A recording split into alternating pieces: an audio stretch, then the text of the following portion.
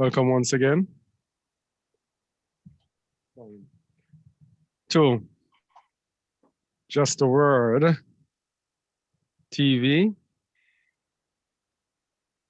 We are live here on YouTube once again for our Shabbat Fellowship. Let me get the YouTube link for. Here's a YouTube link so you can share it. We won't have the Just a Word TV link this week because of what we are doing. Upgrading our video website, Just a Word TV. All right. So, shalom once again, everyone. This is Chazak Aliyahu Yasharal. Welcome once again to Just a Word and our weekly Shabbat Fellowship. Would like to welcome everyone who is here with us on the chat, the Just a Word team, and anyone else that you have invited. Welcome. And I hope you get something from today. I'm very excited about today because it is in keeping with everything that is happening and in everything that we want people to know and that people need to know. As you can see, the topic is, this is your real enemy. Why you must know your enemy or you will be deceived. Why you must know your enemy or you will be deceived. And this is the cause of the deception for the entire earth, people. The reason the whole world is deceived is because the whole world does not know who their enemy is. Very important that you know your enemy, because if you know your enemy, then you will not trust your enemy.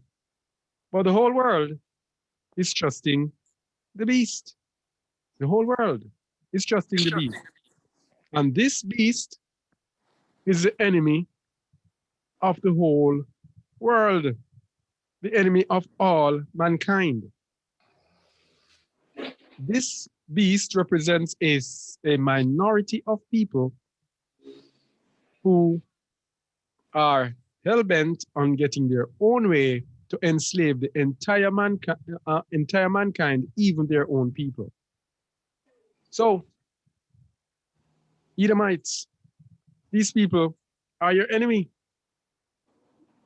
Yes, they are your flesh and blood, but they are also your enemy. They want to wipe you out as well, and they want to enslave you as well. That's how evil they are. And they are this way because you built them up. You allowed them to be this way. As they moved from evil to evil, you did not call them to task. You supported them, fanatically supported them in politics, etc. When these people come with their unrighteous laws, men marrying men, etc., you celebrate them. Oh, yes, everyone should have a right to choose, everyone. All evils that they do, you support them. So what did you do? You've created a monster. And this monster is hell-bent on enslaving the whole world and destroying millions, billions of lives. And this is what you have to understand as well. They are hell-bent on depopulation. They want to destroy you as well. Yes? You have exalted them and built them up so much over the centuries that they now believe they do not need you. So you Edomites, this is what you have built. This is what you get. These people are here to destroy you. All right? So we're speaking about the enemy, why we must know our enemy. And we begin with a quote from a very unlikely source, a very unlikely source. Sun Tzu, who knows this man? Chinaman. But his quote encompasses exactly what we are saying here today. Exactly. A reader, please.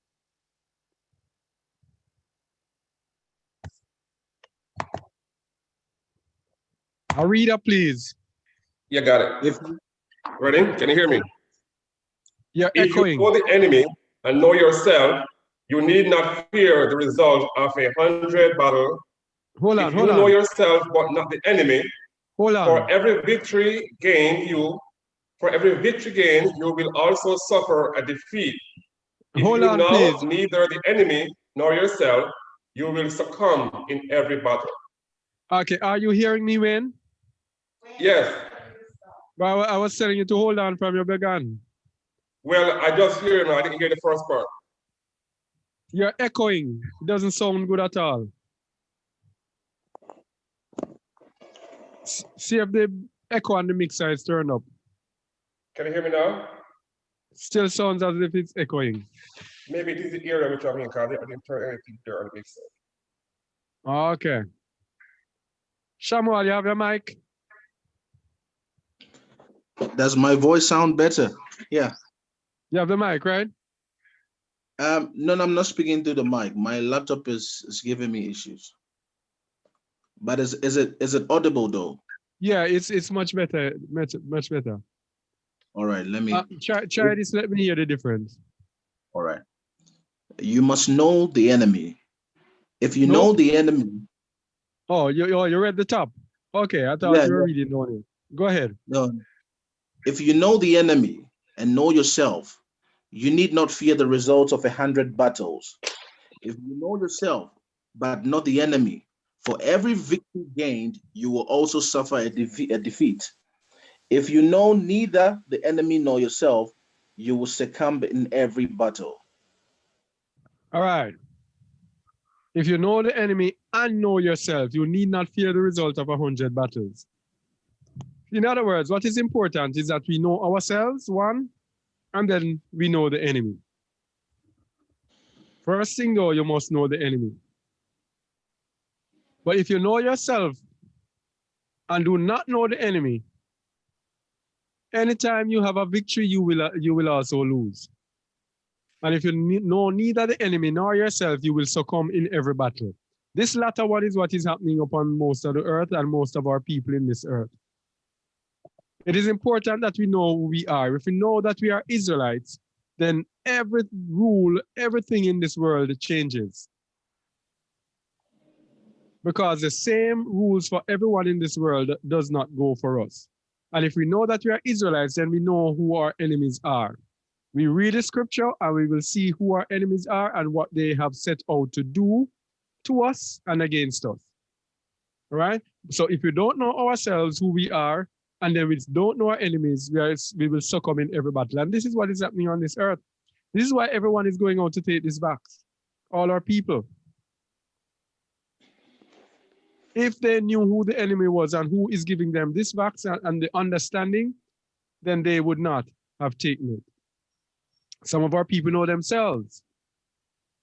All right, I'm an Israelite. Oh, it doesn't matter. And then they go off. So they end up not knowing the enemy. Yeah? Some people know the enemy and know themselves. So, like we know who the enemy is and we know who we are. So we know that, hey, the enemy is the one that is giving us this thing. So how can we take it? Yes? And a lot of people in this world, a lot of our people do not know who they are, as I said, but I'm going to show you the advantage of knowing who you are and who the enemy is. The other day I was on the road and I was speaking to a fisherman, and he just knew a little about the Hebrew Israelites. So we're speaking about the vaccine, and he says, no. He says, are you crazy? I can't take that thing. You know what he said?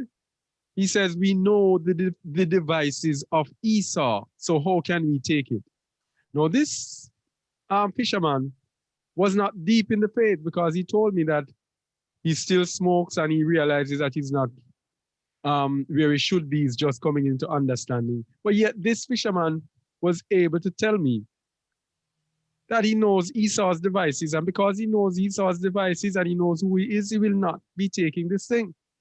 That's how important it is. All right?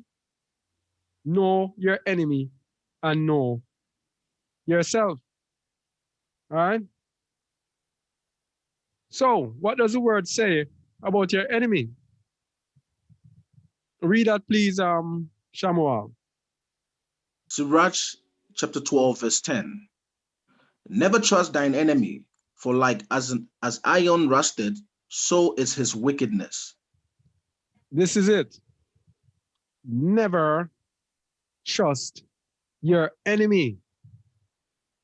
This is why it's important to know your enemy. If you don't know your enemy, how will you know who not to trust? Because if you trust your enemy, he will deceive you. He will destroy you. All right? Now, if you ask Christians or any sinner who their enemy is, what do you think they would say?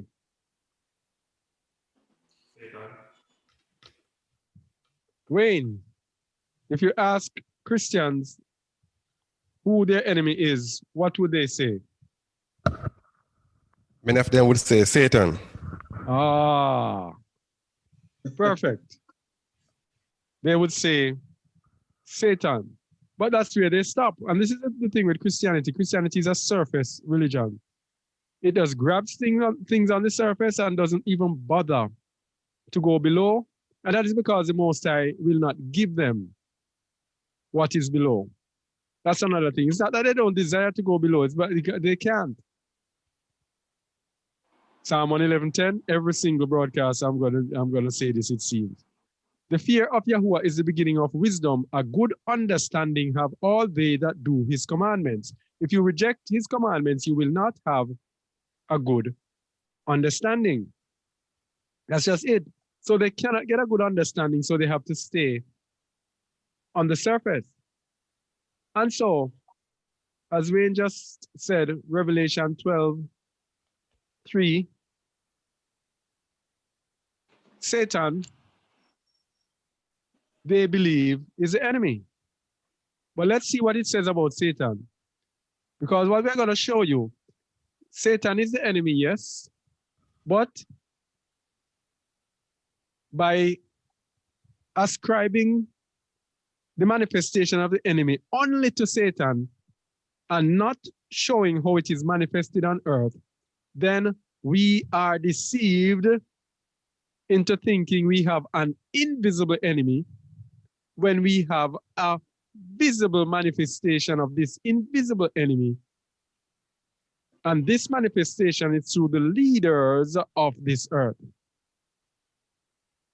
So let's match it up and show. Revelation 12:3. Read, please. Revelations chapter 12, verse 3. And there appeared another wonder in heaven, and behold, a great red dragon, having 7 heads and 10 horns, and 7 crowns upon his heads. All right. And we know that red dragon, we don't have to go to the precept that says that great dragon called the devil and Satan. All right. So this is referring to Satan. This is the enemy of the Christians and the enemy of mankind. But this is where the Christians stop. But let's go a few verses and break it down and show that Satan manifests himself through the leaders of this earth. So we're going to go Revelation 12:9-14, and then 17. 9-14.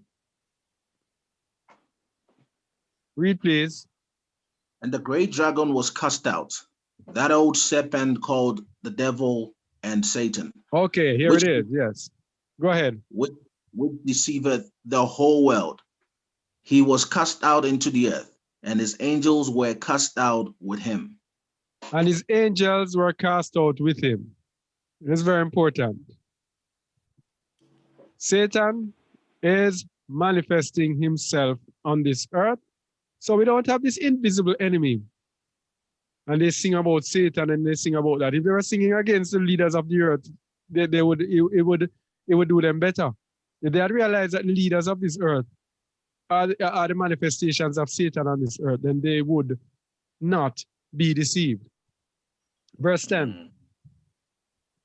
And I heard a loud voice saying in heaven, now is come salvation and strength and the kingdom of our Lord, and the power of his Mashiach. For the accuser of our brethren is cast down, which accused them before our Lord day and night. All right, verse 11.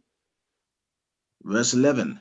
And they overcame him by the blood of the Lamb and by the word of their testimony, and they loved not their lives unto the death. Mr. Christian, you cannot overcome the enemy. You cannot overcome Satan if you are scared of a disease that has a survival rate of 99. The WHO had said it had a survival rate of 99.95%. Yeah. 99.95%. In other words, if you have 100 people, probably only one might die out of the 100. Now, people who are in faith, who are believing,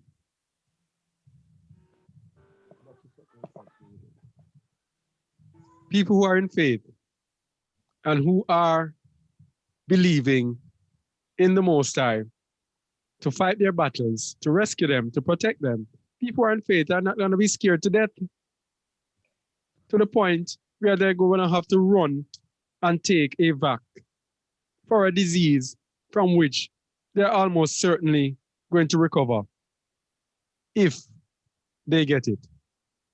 Okay? Yeah. This shows the ludicrosity, it shows the madness behind this thing, and shows that Christians are in the wrong faith. They are not in the truth. All right? Verse 12.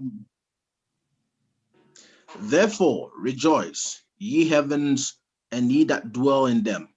Woe to the inhabitants of the earth and of the sea, for the devil is come down unto you, having great wrath, because he knoweth that he hath but a short time. All right, so there's a short time, so he has come down with great wrath. So, he has come down. Satan is an enemy. But don't you think that you should stop to think, hey, he has come down with great wrath. Let me see how he manifests himself. Because he's a deceiver and he's a liar. Let me see the lies. No, their religion tells them that as long as they have Jesus, they have overcome Satan. Something like that, right, Shamuel? Yeah. Oh, boy. What a religion. Yeah, go ahead. Can I just jump in like for real quick?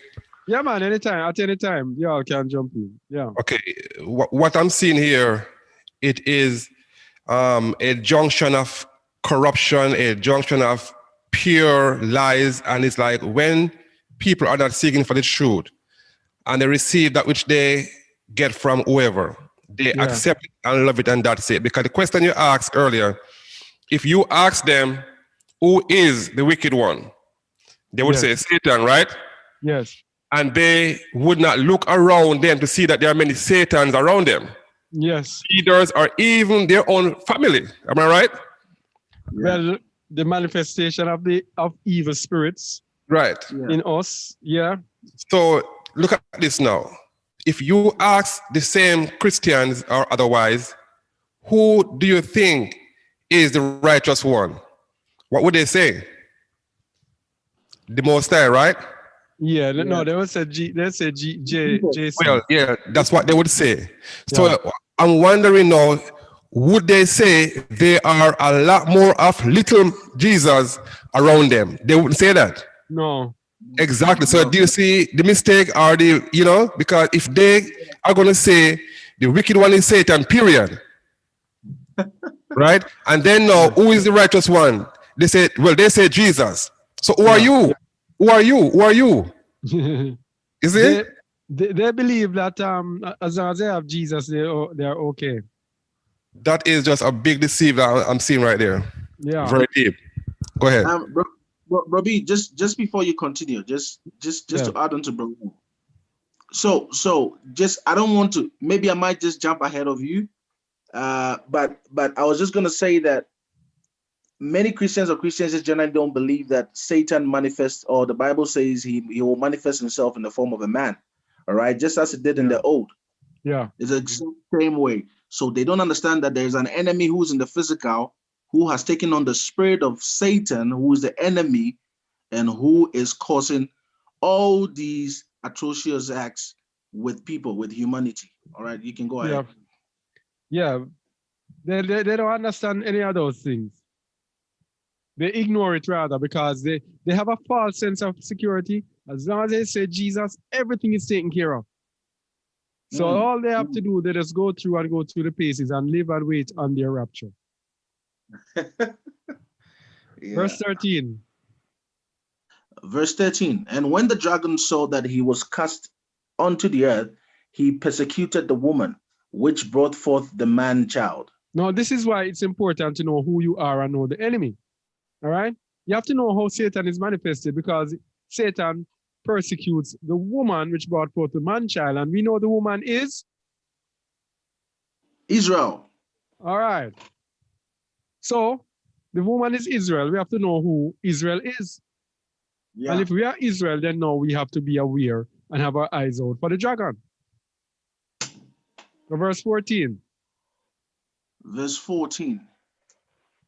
And to the woman were given 2 wings of a great eagle, that she might fly into the wilderness, into her place, where she is nourished for a time and times, and half a time from the face of the serpent. So if you are Israel, the woman, you know that Israel now is going to be brought into the wilderness for a time, times and a half time, 1 year, 2 year and a half year, 3.5 years. All right? And verse 17 says? Verse 17. And the dragon was wroth with the woman, and went to make war with the remnant of her seed, which keep the commandments of Allah and have the testimony of Yahushua HaMashiach. So the remnant in the end is who the enemy will be after. But hear this, we have to know who the enemy is to know what he will do. So if you are the remnant of her seeds, which keep the commandments of Allah and have the testimony of Yahushua, you have to know how the dragon will be manifested. So to know how the dragon will be manifested, we're going to start this is going to be a detective thing, you know. We're going to be tracing down using scriptures and verses and these things in this world to track down the enemy, the wicked. We are going to do a detective work today. That which is going to show up the enemy of mankind, the enemy of Israel, the enemy plainly and clearly, without a doubt. So when we know our enemy, we know what we can and cannot do. All right? This teaching is to strengthen our belief and our resolve in overcoming this beast. All right, so how does the Satan manifest himself? Read verse 3 again. Verse 3. And there appeared another wonder in heaven, and behold, a great red dragon, having 7 heads and 10 horns, and 7 crowns upon his heads. All right, I want you to bear this in mind. This is what you're going to be tracing. 7 heads, said Samuel. And his tail drew the third. No. Which part? 7. Just repeat this. All right. Having 7 heads. No. The highlighted text. All right. 7 heads and 10 horns. Sorry, bro. Say it again, please. 7 heads and 10 horns. So they say the serpent has 7 heads and 10 horns. And this is who the Christians say are the enemy. Is the enemy. All right. Just bear that in mind. All right. 7 heads and 10 horns. So let's go to Revelation 13, 1 chapter over, verse 1. Read, please. Verse 1. And I stood upon the sand of the sea, and saw a beast rise up out of the sea, having 7 heads and 10 horns. Having and what? Upon him having 7 heads and 10 horns. So a beast is going to rise upon this earth. Yeah. So we need to track this beast because this now is Satan. This is the spirit of Satan now. Yeah. Having 7 heads and 10 horns and what? And upon his horns 10 crowns, and upon his heads the name of blasphemy. And this is what we want to trace. 7 heads and 10 horns. Now let's get the description of the beast. Go ahead, verse 2. And the beast which I saw was like unto a leopard, or a leopard. Leopard. All right, here it is. These 3 animals that are going to be described here, we're going to have them in our memory as well, because they are going to form part of our detective journey. Continue. And the beast which I saw was like unto a leopard, and his feet were as the feet of a bear, and his mouth as the mouth of a lion. And the dragon gave him his power and his seat and great authority. This is a powerful verse right here. Like a leopard, feet of a bear, and his mouth as the mouth of a lion. 3 animals right here. And the dragon did what? Gave him his power. So if the enemy is Satan, and Satan gave this beast his power, that means the beast is the beast is the enemy. Right? Yeah. It might sound rhetorical, oh yes, the beast must be the enemy if he's the beast. But we just want to rivet in the word to get us on our journey, all right? And the dragon gave him his power and his seat and great authority. So whatever authority the beast has and the seat of his power is given to him by Satan. So whatever we get from the beast is going to be after the working of Satan. Yeah. All right, so we have identified the manifestation of the enemy now in the beast. We're going to take our time and transfer this manifestation until it comes plain as day. All right? Verse 3. Did you do? Yeah, verse 3. All right, verse 3. And I saw one of his heads as it were wounded to death, and his deadly wound was healed, and all the world wondered after the beast. All right. We're going to see that the wound that was healed, we're going to use these to trace the wound that was healed. Because these kingdoms are here before. And we're going to go to the book of Daniel soon to connect these old kingdoms. All right? All right. These are the kingdoms of, when you hear about the beast, these are kingdoms ruling authorities of man. All right? And the beast there just refers to the fact that this kingdom is so dominant over the world. That's just why it's called the beast, because of its dominance. It's like a beast in the jungle who does, every animal is afraid of him.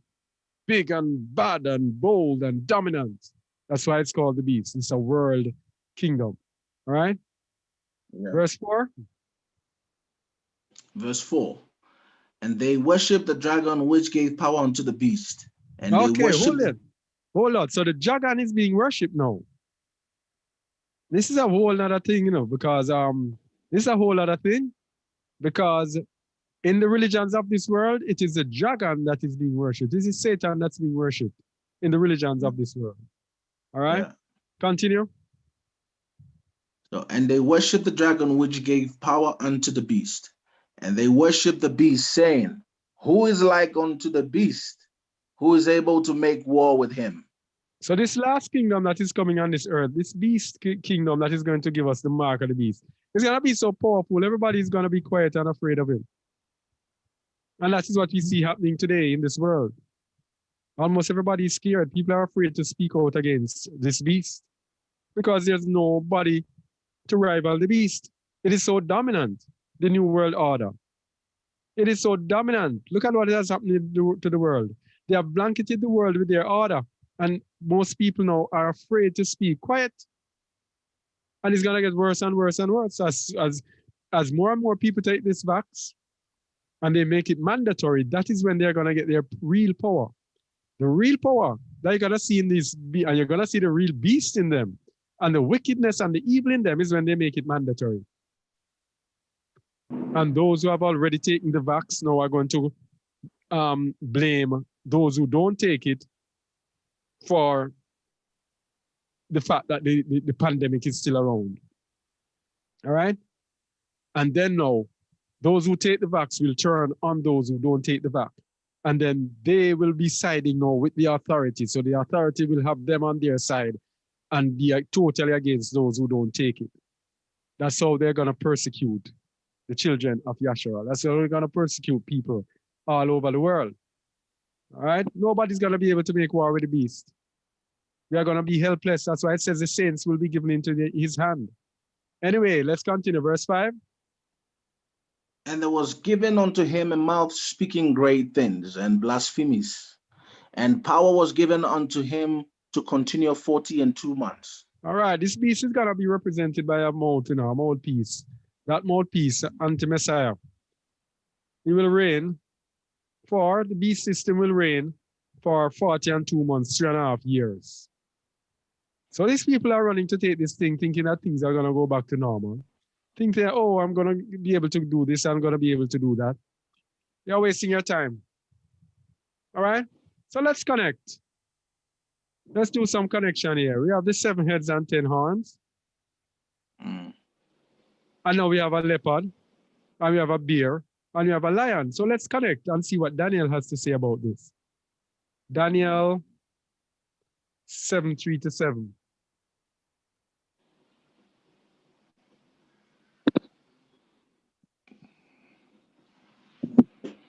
Read, please.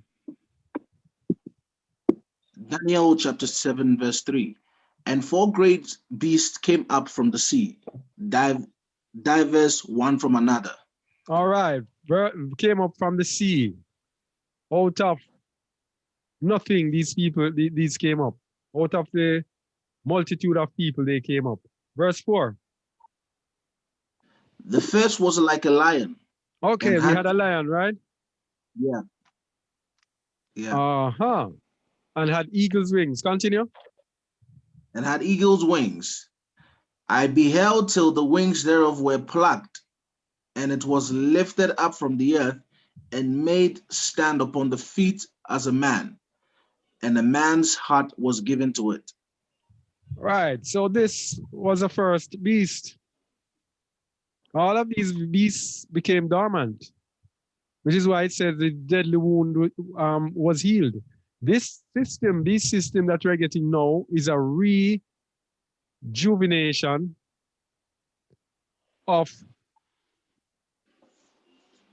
old kingdoms, old dominant kingdoms that were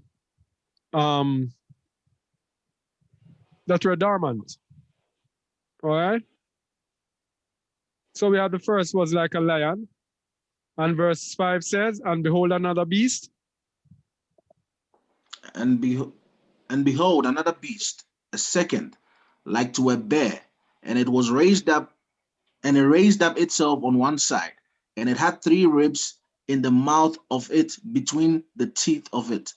And they said thus unto it, arise, devour much flesh. All right, so it's another wicked kingdom. So we have the 2 animals here. We have the lion and we have the bear. We need one more. Verse 6. Verse 6. After this I beheld, and lo, another like a leopard, which had upon the back of it 4 wings of a fowl. The beast had also 4 heads, and dominion was given to it. All right. So these verses are deep. All right. Just telling what I understand connected to Revelation 13. So we have the 3 animals here, the lion, the bear, and the leopard. But there's a 4th one, and now this is the 4th one that we are seeing manifested in Revelation 13. Verse 7. Verse 7. After this, I saw in the night visions, and behold, a fourth beast, dreadful and terrible, and strong exceedingly. And it had great iron teeth. It devoured and brake in pieces, and stamped the residue with the feet of it. And it was diverse from all the beasts that were before it, and it had 10 horns. Is that what? It had 10 horns. Which matches up with Revelation 13:1. And we're Yeah. going to see eventually who these 10 horns are in this world. We have to know our enemies. And the Bible tells us. All right? Let's continue our journey. When it says it was diverse, what does diverse mean? When something is diverse, what's Adaptable. adaptable? I don't Unique. know. All right. When something is diverse, it means it is oh boy.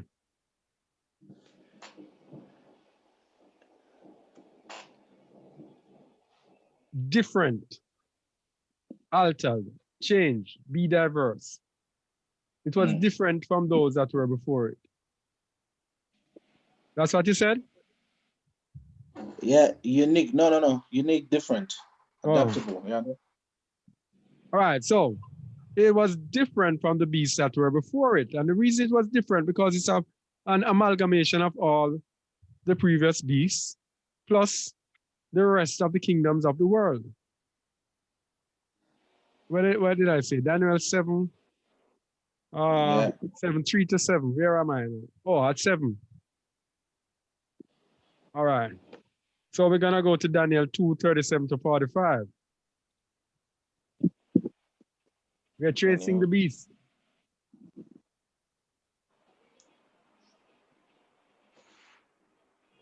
Go ahead, please. Daniel chapter 2, verse 37. Thou, O king, art a king of kings, for Allah of heaven hath given thee a kingdom, power and strength and glory. All right. So this is what we're telling us, that when you see beasts and like a lion, like a leopard, it's all speaking about kingdoms, world kingdoms. All right. And when we see horns, horns refer to power.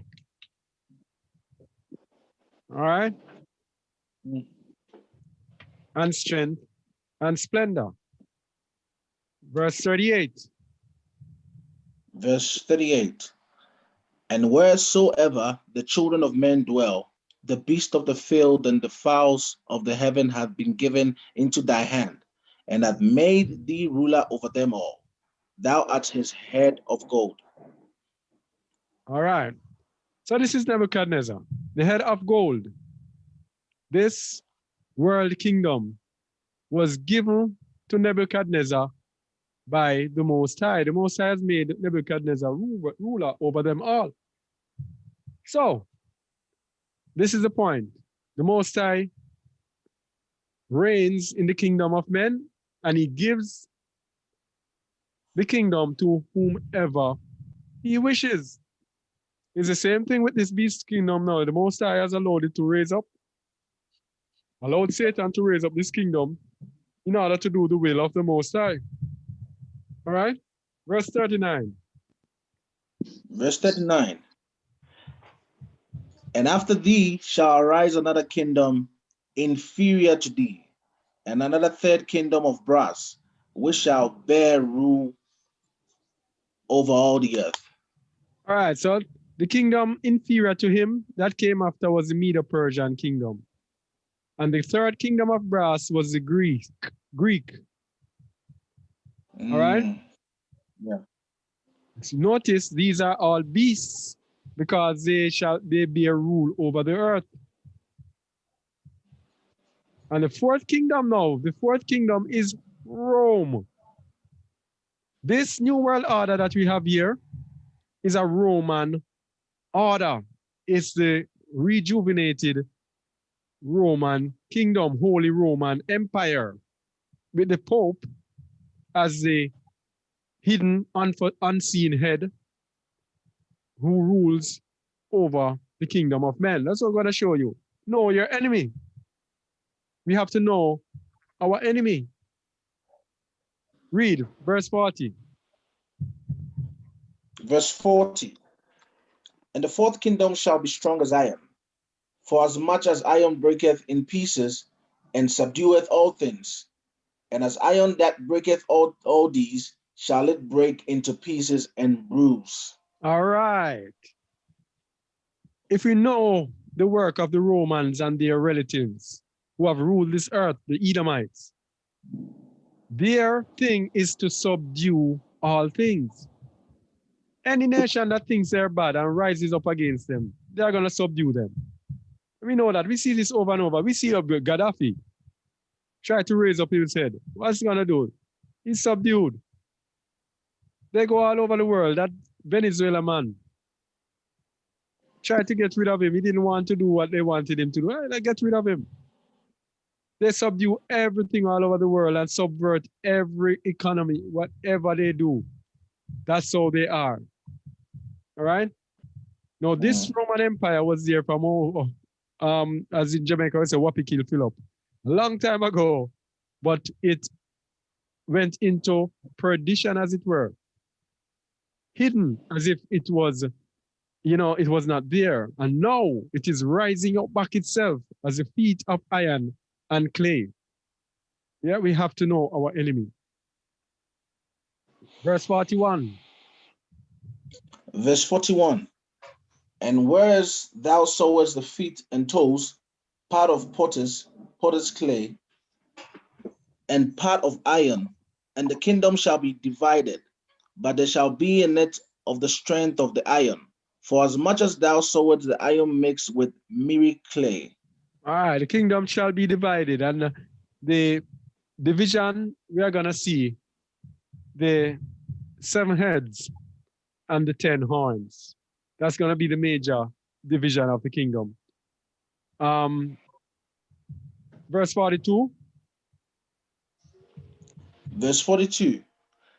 And as the toes of the feet were part of iron and part of clay, so the kingdom shall be partly strong and partly broken.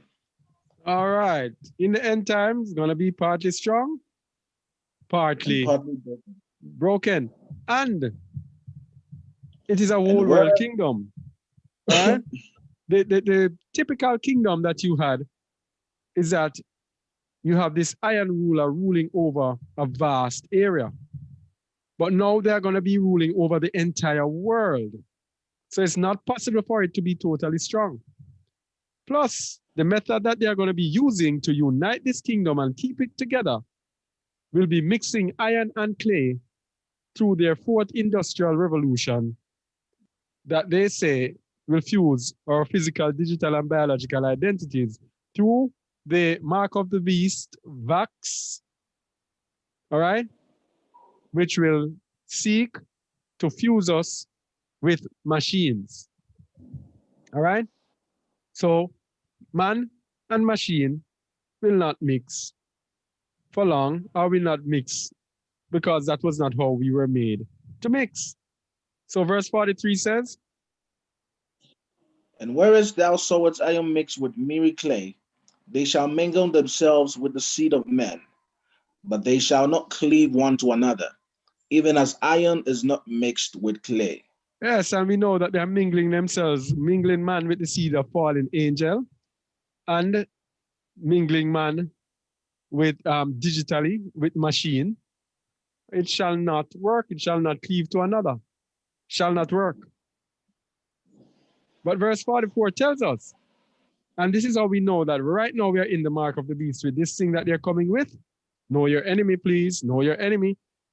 We know that we are in the time of the mark of the beast with this thing because we know that this is the end time, and it tells us now that this is when the Most High will set up his kingdom. We have been telling us, we've been telling you over and over that this mark of the beast is a separator. It's going to separate the remnant of Israel, and the remnant of Israel will be will come through the consummation determined. Isaiah 10 tells us about the consummation determined upon the whole earth.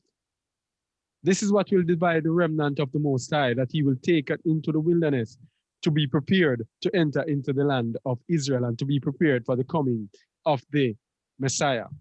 All right? Yeah. Verse 44. And in the days of these kings shall Allah of heaven set up a kingdom, which shall never be destroyed. Stop And there, the stop kingdom- there. Stop there. In the days of these kings. That means it's telling us that it's in our life, it's right around this time. The Most High is going to set up the kingdom. So we don't have to worry about taking this mark because we want to continue our life and, oh, where am I going to work? Where am I going to, all this thing is over. This is kingdom time. It's preparation to enter the kingdom. That's what you should be thinking of. Babylon is over. Babylon is fallen. Babylon is destroyed. Not yet officially fallen, but fallen, as the angel said, because it's already fallen. It's just a matter of time. Why do we want to partake of Babylon? Know your enemy. And if you know your enemy and know who you are, then you know what you need to do. In the days of these kings shall Yahuwah set up a kingdom which shall never be destroyed. His everlasting kingdom. The Messiah's kingdom will be set up around this time. Continue. Okay, so it And says, the kingdom? and in the days of these kings, let me start from the top. And in the case of these kings shall Allah of heaven set up a kingdom which shall never be destroyed, and the kingdom shall not be left to other people. All right, stop there. Stop there. The kingdom shall not be what? Left to other people. So which people are going to run the kingdom? Israel. Okay. There are people saying that they're Gentiles. Oh, neither Jew nor Gentiles. Oh, it doesn't matter who you are. It's not going to be left to Gentiles. Hallelujah. It's Israel's kingdom. So please, continue. Yes. And in the days of these kings shall Allah of heaven set up a kingdom which shall never be destroyed, and the kingdom shall not be left to other people, but it shall break in pieces and consume all these kingdoms, and it shall stand forever. It shall consume all these kingdoms. So all of these lions and bears and eagles and the leopards they're going to be destroyed and consumed in the end by the Mashiach. But Broby, do you see what it says? It says, check how versatile Mashiach's kingdom is. It shall break in pieces. Yes. All right. If anyone, just to give people an imaginary mind, if you see how Transformers, how they metamorphosize and destroy things, it's the exact same way the diversity of Mashiach's kingdom, so diverse that it will eat up the entire beast kingdoms, breaking it in pieces. And not only break in pieces, consume all these, yeah. And it shall stand forever. So it's not gonna be a time again where, the kingdom is handed over. As Jeremiah had said, is Israel a homeborn slave? Why? Because it's so often we go into captivity. Because we just will not hear. But this time will be the last time. Because we have been given the Ruach Mashiach. Where we'll write the laws in our hearts. And we will have hearts of flesh. Yes? So, 45. 45.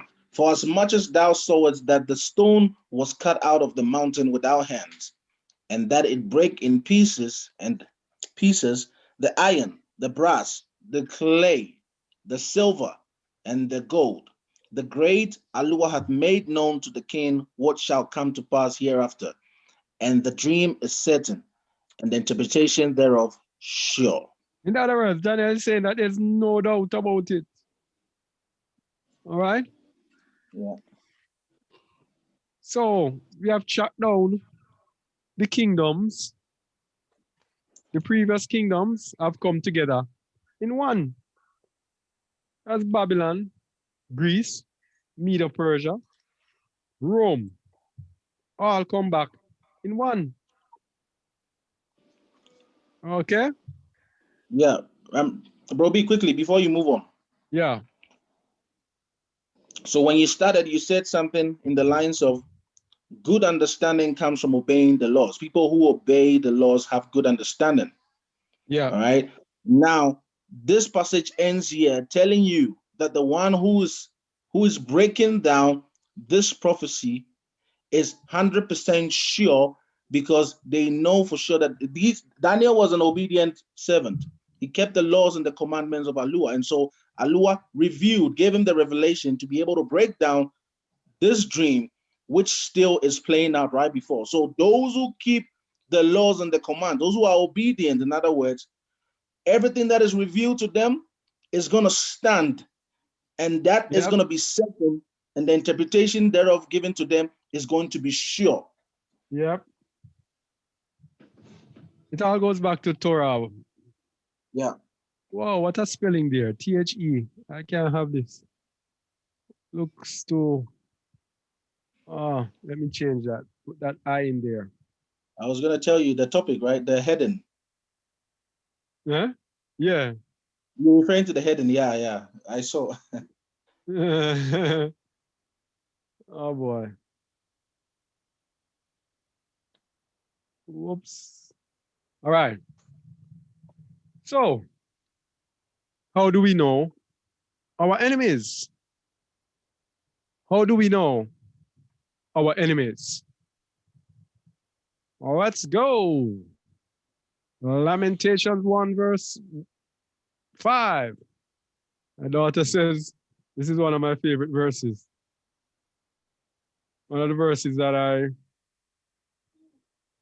always repeat over and over when I have nothing to do. Read, please. Lamentations chapter 1 verse 5. Her adversaries are the chief, her enemies prosper, for Yahweh hath afflicted her for the multitude of her transgressions. Her children are gone into captivity before the enemy. All right. This is how you know who the people are. We're going to use several verses, and when you put all of them together, you can extract from it the enemies, and not only the enemies, who we are. Because remember, the whole topic is, this is your real enemy, and why you must know your enemy, or you will be destroyed, or you will be deceived, rather. So her adversaries are the chief. The adversaries of the children of Israel are the chief nations of the earth. Because whenever we are in captivity, the nation that has us in captivity is so blessed. They receive the blessings of the law. They become the chief nations of the earth. The blessings pushes them up to the top. So that is why when we were in Babylon, Nebuchadnezzar could go and boast and say, this is Babylon that I have built. And the Most High turned him into a madman because he didn't give the Most High the credit, because it was the Most High who exalted him. For the sake of Israel. Everything is given. Let's understand. Everything is done for our sakes. You see us, the rejected, neglected, nobody's in this earth, the poor people, the people they look down on, least educated, least this, least that, 3/5 of a manner or something like that. Everything that happens in this world, every nation that is exalted in this world is for our sake. Even this beast that is up is for our sake. This beast that is given the mark is there to define and set apart the Most High's remnant. That's what he's there for, to get rid of the rest and to clearly show his remnant. That's what they're there for. Everything. So they are there with their big rich selves. Oh, Mr. Trump and Mr. Biden, and they're exalting themselves with their rich selves. and everything. They're there for our sakes. Because we are in captivity and we are under punishment. They are there to punish us. So they get the blessings so that they can have enough power and clout in order to punish us. That's just how it is. Yeah. As the Most High says, I am that I am. He is who he is. He is who he will be. That's how he executes. They are being used to perfect Israel. Exactly. That's just it. Her adversaries are the chief, her enemies prosper. And it says for there. The for there means because.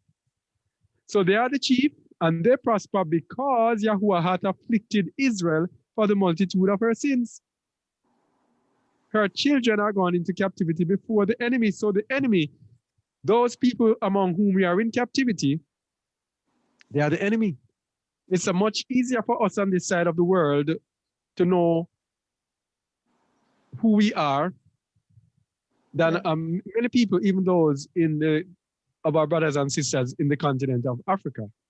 Because the Holy Bible chronicles Judah more than it does the other 9.5 tribes. So it chronicles the house of Judah, which is Benjamin, Judah, and half Levi, more than any other. So we can know. All right, and so then they come with this 12 tribes chart as well. I don't telling people that you're in the islands, you're Benjamin. No, the house of Judah was brought into captivity over here. Yeah. And the house of Judah was made up of Judah, Benjamin, and half tribe of Levi, those who were serving in Jerusalem at the time. Yeah. And who were living there. All right, it was not the whole 12 tribes that were bought. And they're telling like Puerto Rico, they are Ephraim, Dominican Republic are Ephraim. No. Ephraim had gone into captivity long before Judah, 700 and odd years before Judah. So they are scattered and they are harder to find because the Bible is primarily about Judah. But Big Judah will tell you that the Book of Mormon is the book of the 9.5 tribes. All right? A lot of people believe that. The Book of Mormon, that these Mormons have using as their racist thing, that the whites are supreme. There are people who believe that that is Ephraim's book or the 9.5 tribes. All right? So, it is easier for us than those who are in the continent. But the continent of Africa, whether you be Hamites or Shemites or Ishmaelites, wherever you are, then you must know that what the wicked has done on that continent, that he is your enemy. He cannot be your friend. Africa, the richest continent, whoa, has every single thing you can wish for in abundance, has been captured, ripped, raped, robbed, exploited, drained by this nation of people, the Edomites. Yeah? They are the enemy. Let's continue. Never mind. Deuteronomy 28:7-25. We're going to go to the curses and we're going to point to the enemy, because the enemy must be the ones who brought us into captivity. How can a man bring you into captivity? In slavery. Abolish slavery. Promise to give you 40 acres and a mule. Did not give you anything. Did not change the laws to make you equal to them. Still has the law that you are 3/5 of a man. Still have suppressive laws to make sure that you cannot reach up to the top en masse like them. They will get a few tokens of our people who are actually house niggers, who actually are used to oppress us smartly and are actually used just to give us hope that, hey, I have hope. These people have oppressed us for years and years upon years upon years. These are your enemies. But let's let the Mm. Bible tell us. Deuteronomy 28:7. I'm going to say just a few curses to show who our enemies are. Lest we forget. These people, how can you forget? These people don't even want to forget the Holocaust that took place 1945 or thereabout. And they want us to forget all of this institutional thing that they have done to us. So years upon years, many times worse than the Holocaust. Read verse 7, please. Verse 7. Deuteronomy 28, verse 7. Yahweh shall cause thine enemies that rise up against thee to be smitten before thy face. They shall come out against thee one way and flee before thee 7 ways. All right, come against thee one way and flee 7 ways. So, are our enemies fleeing from before us? Shamuel? Not yet. Oh, so let's go to 25. Let's go to 25. 25. Yahweh shall cause thee to be smitten before thine enemies. Oh, that sounds more like us now, right? Yes. Continue Yes. now. Thou shalt go out one way against them and flee 7 ways before them, and shall be removed into all the kingdoms of the earth. Oh, that sounds like our journey, right? Yep. So the people who brought us here must be our enemies. Let's continue. Don't get it twisted. We have to know our enemies. 30 to 34. Read, please. Thou shalt betroth a wife, and another man shall lie with her. Thou shalt build an house, and thou shalt not dwell therein. Thou shalt plant a vineyard, and shalt not gather the grapes thereof. Oh, this sounds like us in slavery, right? Yep. This sounds like us. Oh, so the persons who did this, they must be our enemies. Yeah. Verse 1. Plantation. Yeah, verse 1. 31, sorry. Verse 31. Thine ox shall be slain before thine eyes, and thou shalt not eat thereof. Thine ass shall be violently taken away from before thy face, and shall not be restored to thee. Thy sheep shall be given unto thine enemies, and thou shalt have none to rescue them. All right, so this is the experience of our brothers and sisters more in Africa, right? These people just came in and ripped and raped and robbed their lands and their houses. We see this in South Africa, Zimbabwe, Yep. all over. Let's come and take what they want. And guess what? Yep. You have no recourse. Nobody to turn to. Nobody to rescue you from that. Verse 32.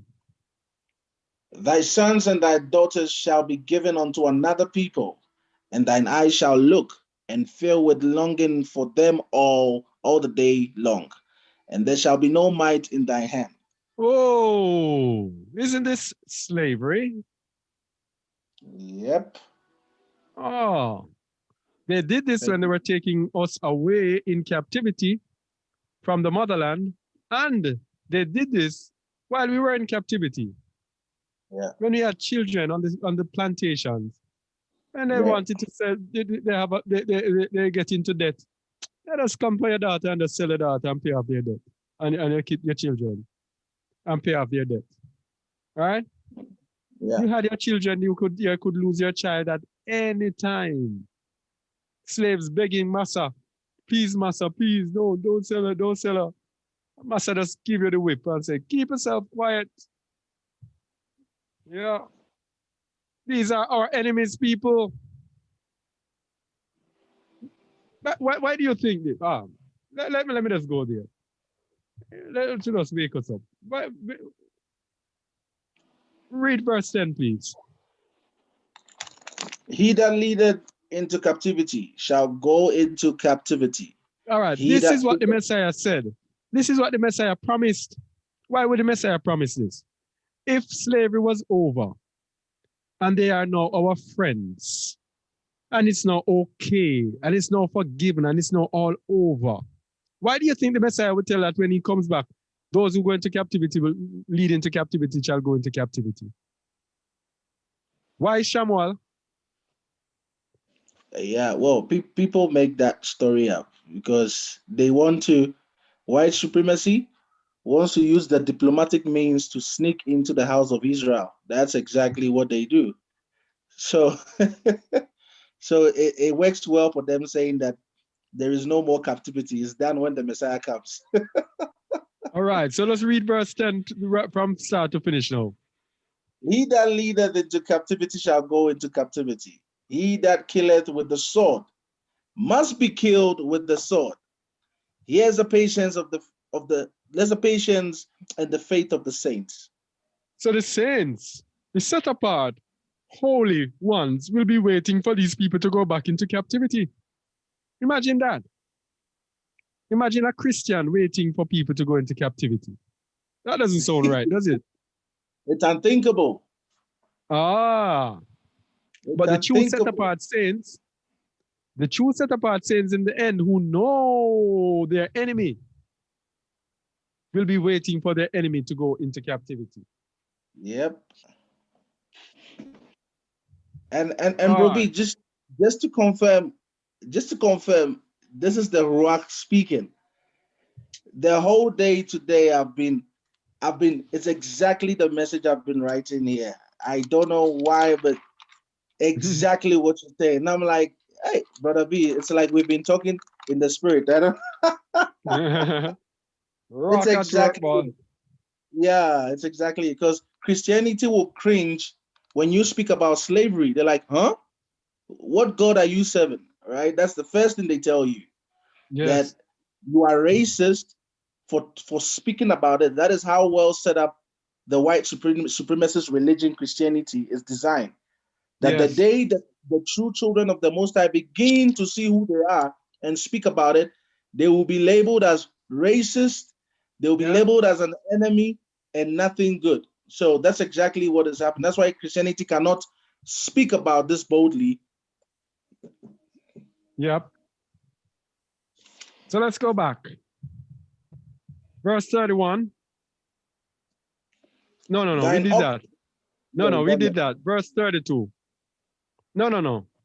we've done that as well. We've done that as well. 33. 33. This one, no, I think this is for the motherland. Verse The fruit of 33. the fruit of thy land and all thy labors shall a nation which thou knowest not eat up, and thou shalt be only oppressed and crushed always. Hey, isn't this the motherland? Yep, always. Always no rest for the weary. Verse 34. So that thou shalt be mad for the sight of thine eyes, which thou shalt see. All right, it's gonna be so dreadful. So wicked, these wicked people. Okay, where was I? 36 to 37. We have to know our enemies. There are definitely enemies out there. They are what? I said there are definitely enemies out there. Yahuwah said he will pay back trouble to those who trouble you. All right. Yep. So that's this where we are with this mark of the beast thing. Is the end of it. It's just for us to hold out and go through the little struggle. So if any of you are not fasting, y'all better start fasting. Start getting used to roughness so that when the roughness comes, you will be used to it. If you continue in your in petting and powdering yourself and giving yourself everything that's nice and everything you need and everything you want and everything to your desire and all of that. If you continue doing that, when the tough times come on you, it's going to come tougher than tough. Because the Most High knows that when you were supposed to prepare yourself, you did not prepare yourself. So prepare yourself. All right? These people are going to get their payback. And it is either you're on Yahuwah's side or you are going to be on the side of the wicked, of your enemies. And if you're on the side of your enemies, then whatever is coming to your enemies, that is what you're going to get. That's just how it is. Verse 36. Verse 36. Yahuwah shall bring thee and thy kin, which thou shalt set over thee, unto a nation which neither thou nor thy fathers have known, and there shalt thou serve other gods, wood and stone. Oh, these are the religions of Christianity and Islam and all of those places. A nation which thou nor thy fathers have known. So many kings from the motherland were brought over here into our side of the world. All right? Yeah. Verse 37.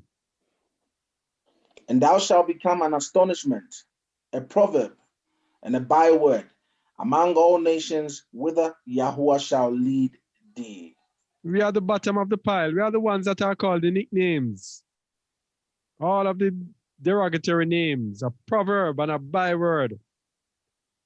That's what we have been.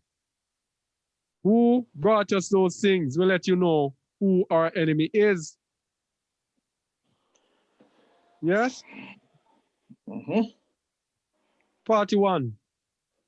Thou shalt beget sons and daughters, but thou shalt not enjoy them, for they shall go into captivity. Oh, that goes without saying. Slavery. Yeah. 49 to 52. Oh, actually, you skip. Just go up a bit. Wait, hold on. Yeah. 43. That's 43. Also another very important one. Yeah. The stranger that is within thee shall get up above thee very high, and thou shalt come down very low. Oh, that's why the Chinaman can come into Jamaica. Can't even speak English, and he's here for a year. And he starts buying out all the business places in the area. Yep. And you have been here working for 50 years, and you don't even have a place to live. And also the Indian. And the Indian, yes, the stranger. Yep. And then verse 44, it says, he shall lend to thee, and thou shalt not lend to him. He shall be the head, and thou shalt be the tail. Okay, who controls the banks? Edom, whites. Oh, know your enemy, people. Know your enemy. Donald Trump is your enemy. Joe Biden is your enemy. Know your enemy. Kamala Harris is your enemy because she has sided with the enemy. Barack Obama is the enemy. He is with the order of the enemy. Know your enemy. 49 to 52. Yahuwah shall bring a nation against thee from far, from the end of the earth, as swift as the eagle flieth, a nation whose tongue thou shalt not understand. A nation of fierce company, which shall not regard the person of old, nor show favor to the young. Oh, and this is the Europeans who came at the time. The British were those who came with us. A nation whose tongues we did not understand. And they were a nation of fierce continents. The British are really fierce, you know. So fierce at this relatively small island. Just think about how fierce they were. This relatively small island at one time controlled about 2/3 of the countries in the earth. Yeah. Just think about how fierce you have to be to have that control.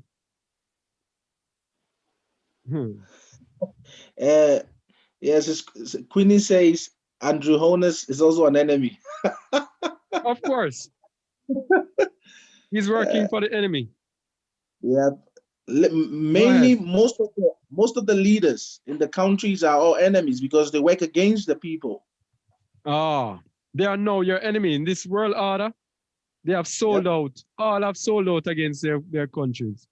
If they were for their country before, they have now sold out because it's time for the mark of the beast, and the Most High has put it on their heart that his will be accomplished because he wants his remnant. And We let's look not at this forget.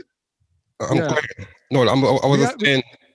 yeah, Let's not forget that the ones who take that mark is also our enemy. exactly. And we're gonna see it more than ever when they start blaming us for the reason why. Oh, it's because of you why the thing won't happen because you won't take your vaccine. It's because of you that why coronavirus won't stop. Yeah. Mm. All right. I think we've done enough of who the enemy is, have we? Yeah. Yeah. Enough of who the enemy is. All right, let's just finish it. 49:52. And he shall And he shall Did we- eat the fruit. Yeah, we've done 50, yeah. 51. continue. And he shall eat the fruit of thy cattle and the fruit of thy land until thou be destroyed, which also shall not leave thee either corn, wine, or oil, or the increase of thy kind, or flocks of thy sheep, until he hath destroyed thee. And you see this description is for one Yeah. nation of people. Which nation of people are gonna take everything that you have until you are destroyed? I'm not gonna Edom, leave you anything.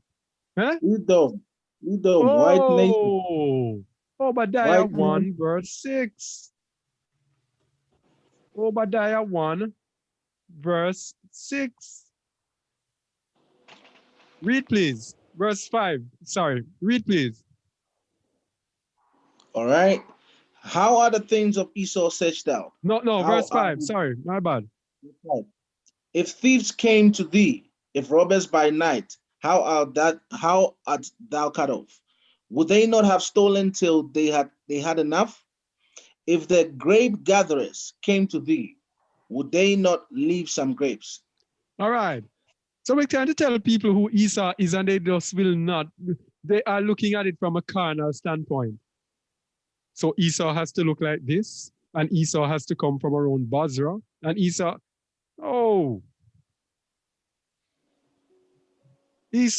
fought with Kittim and lost to Kittim and became one with Kittim. That's how they became one with the Romans. They were in a war. Was it Zephyr? Was in a war and they lost. And they just came together and fused together long time ago. And so Edom became one with the Romaim, and Kittim became the Romaim. Romans. And the Romans spread their kingdom right down to Britain, Germany, all of them are Romans, all of them are Edom. And we're going to show that later on as we zero in more on who the enemy is. All right? So just as the prophecy for them to take everything, this is how Edom is. And we can go to Jeremiah again, 49. Where was it? 49, about 14 or so.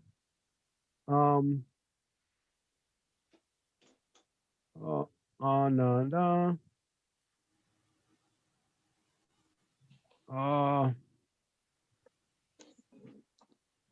Let me see. I don't want to take too long. All right. I don't want to take too long. It will take some time. But that is how Edom is. 51, that is Edom. Verse 52. And he shall besiege thee in all thy gates, until thy high and fenced walls come down, wherein thou trusted throughout all thy land. And he shall besiege thee in all thy gates throughout all thy land, which Yahuwah thy Allah hath given thee. All right, let me see another verse now. 68.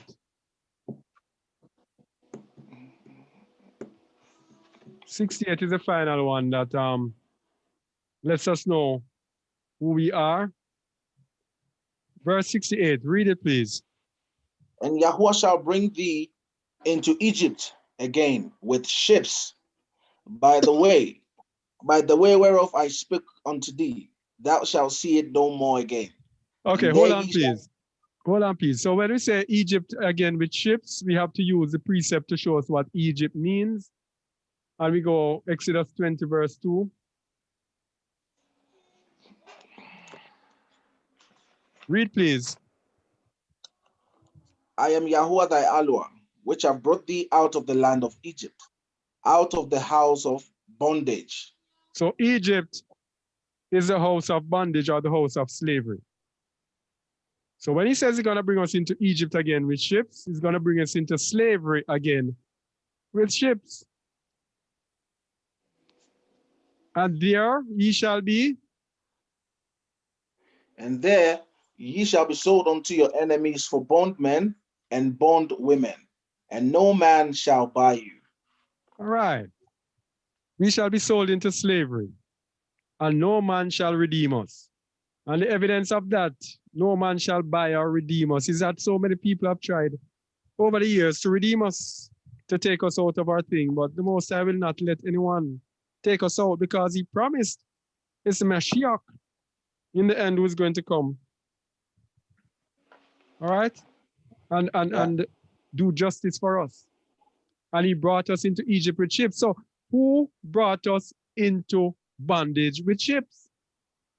Edom. Edom. So why are we forgetting who our enemy is?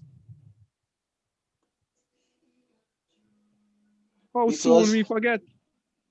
Go ahead. Because Edom has allowed us and has given us a false sense of freedom. No, we are no longer under the whips, right? The whips are hidden now. Now it's a systematic slavery, yet still we cannot tell the difference. So Edom, first we couldn't come out of our segregated communities. But now Edom gave us room to come into their midst in their suburban districts or places.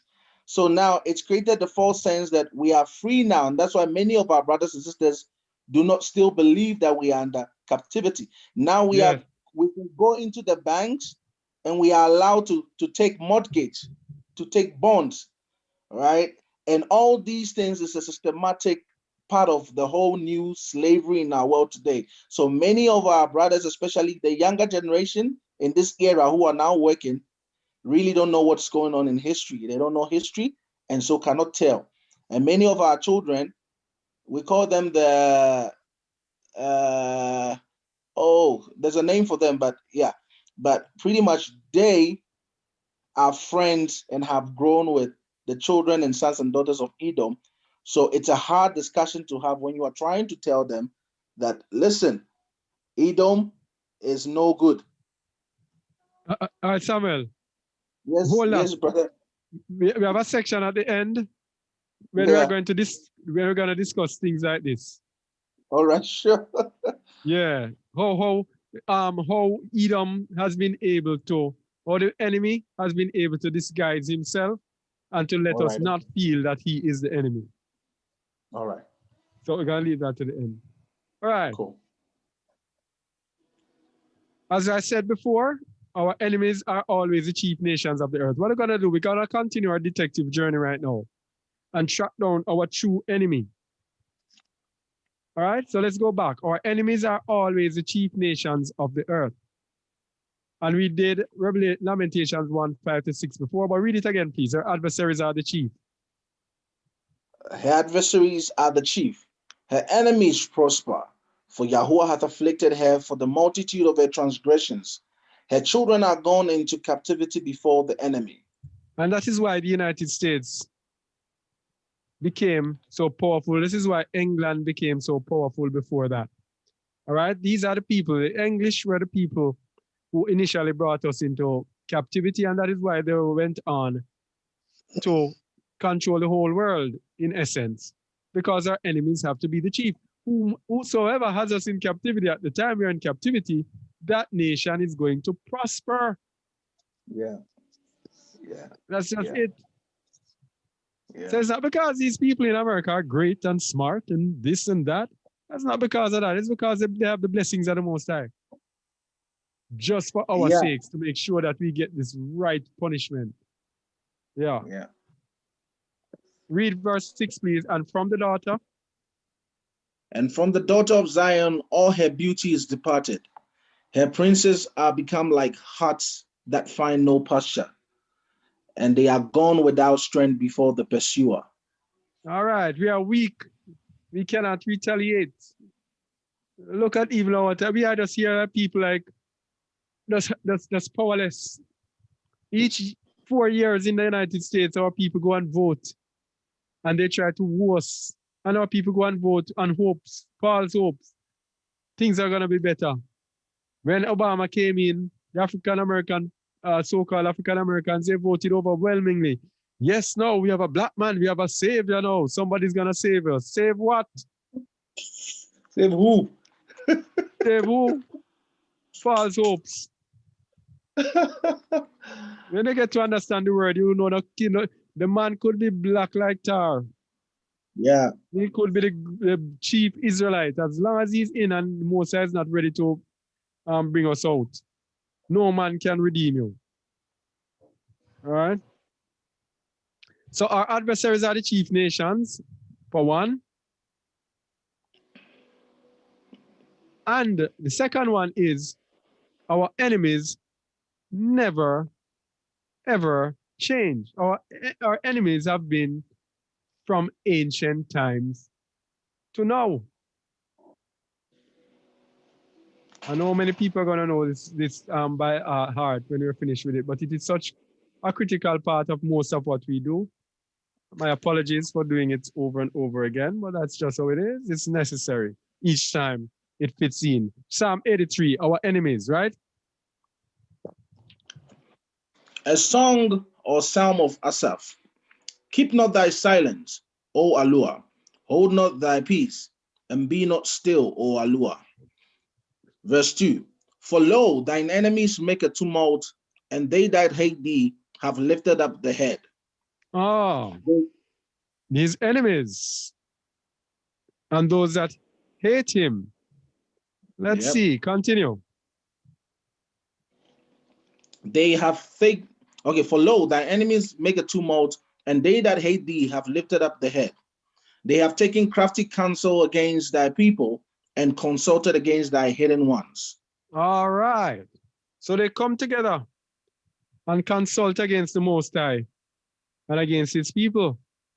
And this is where they come together. You see this place here, United Nations? Yep. This is the organization through which they consult and conspire against us. And oppress. This is under the guise that it is for all nations and it looks after the affairs of all nations. This is to ensure that the Edomites and the powers that be consolidate their power upon this earth. This is to ensure that the true Israelites are kept down. And if the true Israelites are kept down, then they will continue in their power. This is to ensure that the Israelites never wake up and to ensure that they continue to destroy the Israelites from off the face of the earth. This place here, this place, let's continue. They have taken crafty counsel against thy people and consulted against thy hidden ones. They have said, come, let us cut them off from being a nation, that the name of Israel may be no more in remembrance. All right, they have consulted against the hidden ones. The hidden ones are those that most people don't know and they don't even know themselves who they are. Consult to make sure that they remain hidden. What have they said? Let us cut them off from being a nation. Let us make sure they don't wake up. Let us kill them off. Let us give them this vax so they will get the mark of the beast and we'll be able to control them. And let us give them a religion that says Israel is no more. And that it's now all about this religion, all about Christians. There are no spiritual Israelites. Israel is no more.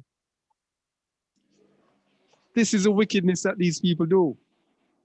They have hidden us and they have lied to us about who we are. Verse 5. For they have consulted together with one consent. They are a confederate against thee. One consent in that United Nation. Confederacy, a confederacy in the United Nation. And who loves confederation? Edom. Verse 6 says, The tabernacles of Edom and the oh, Ishmaelite. Edom. These are those who brought us into captivity. So, how can you be cheering for Joe Biden? How can you be cheering for Trump? And it tells you that they are conspiring to cut you off from being a nation. That's why it's important to know who you are, then you will know your enemy. How can you want to take a vax from these people? And they say they want to cut you off from being a nation. Or do you want to take a vax from these people? And their chief was on video saying that if they do a good job with vaccines, they will cut the world population by X amount. How can you? How can you? You have to know who you are. If you know that you are an Israelite, you know that you're an endangered species. Meaning the whole world is there, willing and ready to destroy you. Why? Yeah. Because if you rise up, they lose their power. They know how the Most High works. If Israel turns back to the Most High exalts Israel and they will become your slaves. That's what the word says. So who would not? In all fairness to them, most people who are in their shoe would do the same thing. If you know that you are threatened to become a slave to these people, and all you have to do is to hold down these people, and you remain on top and not a slave, you would try to hold on these people, and that's what they're doing.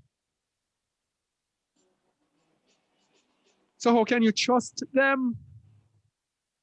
You have to know your enemy or you will be deceived.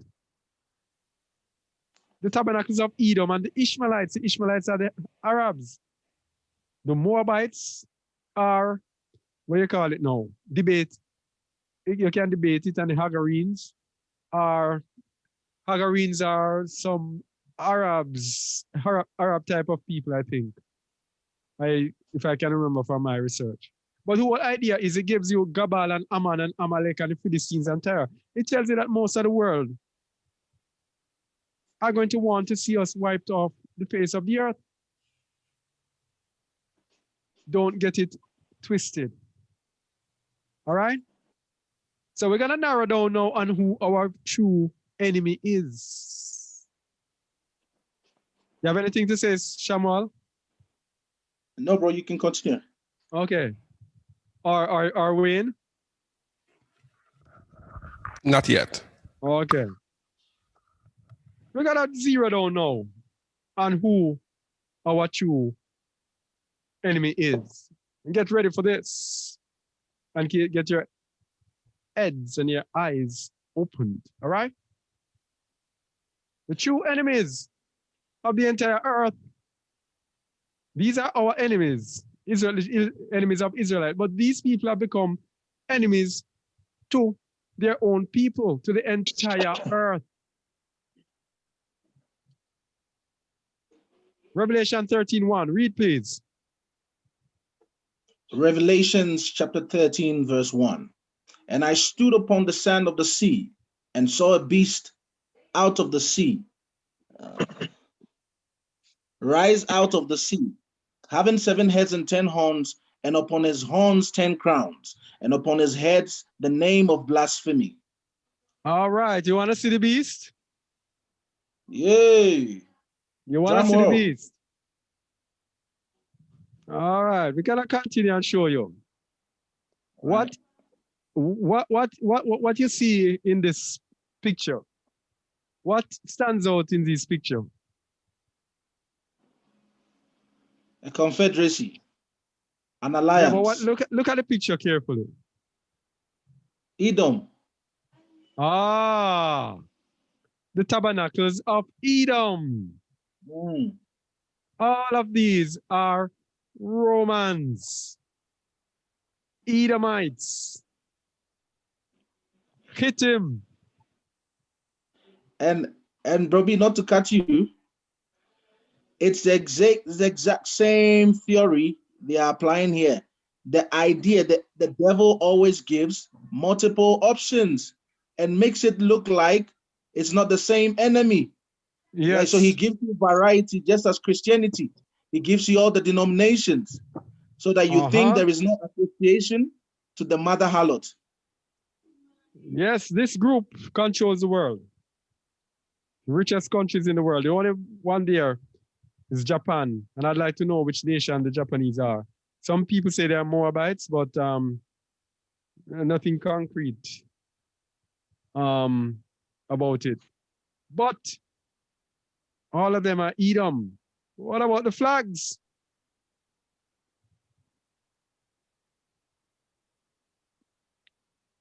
What about the flags, Shamuel? The flags of the olive red in it. Oh.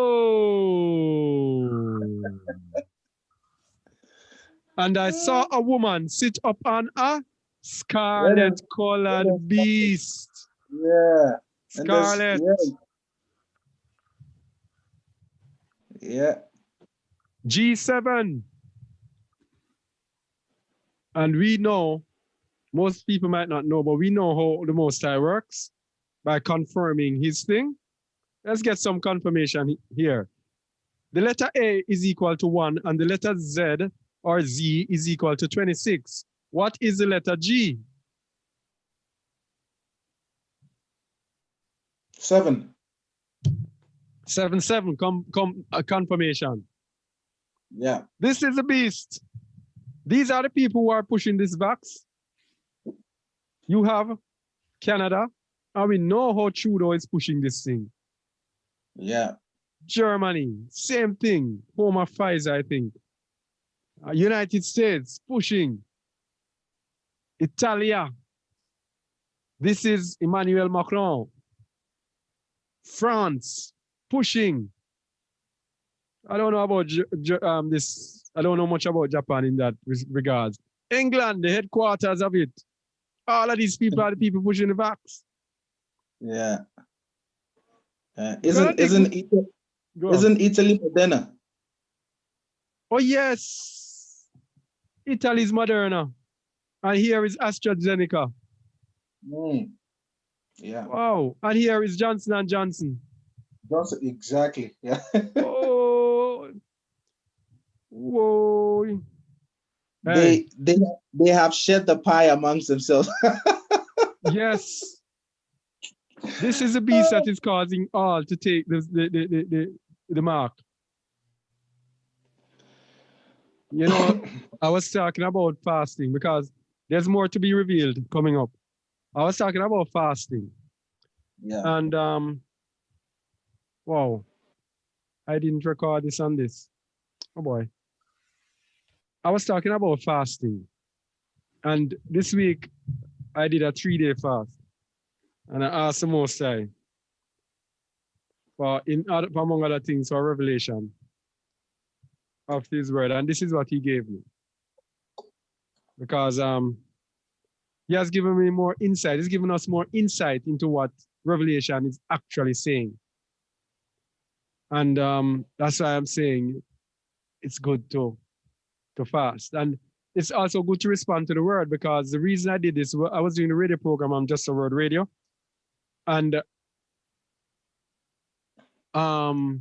Baruch came to me.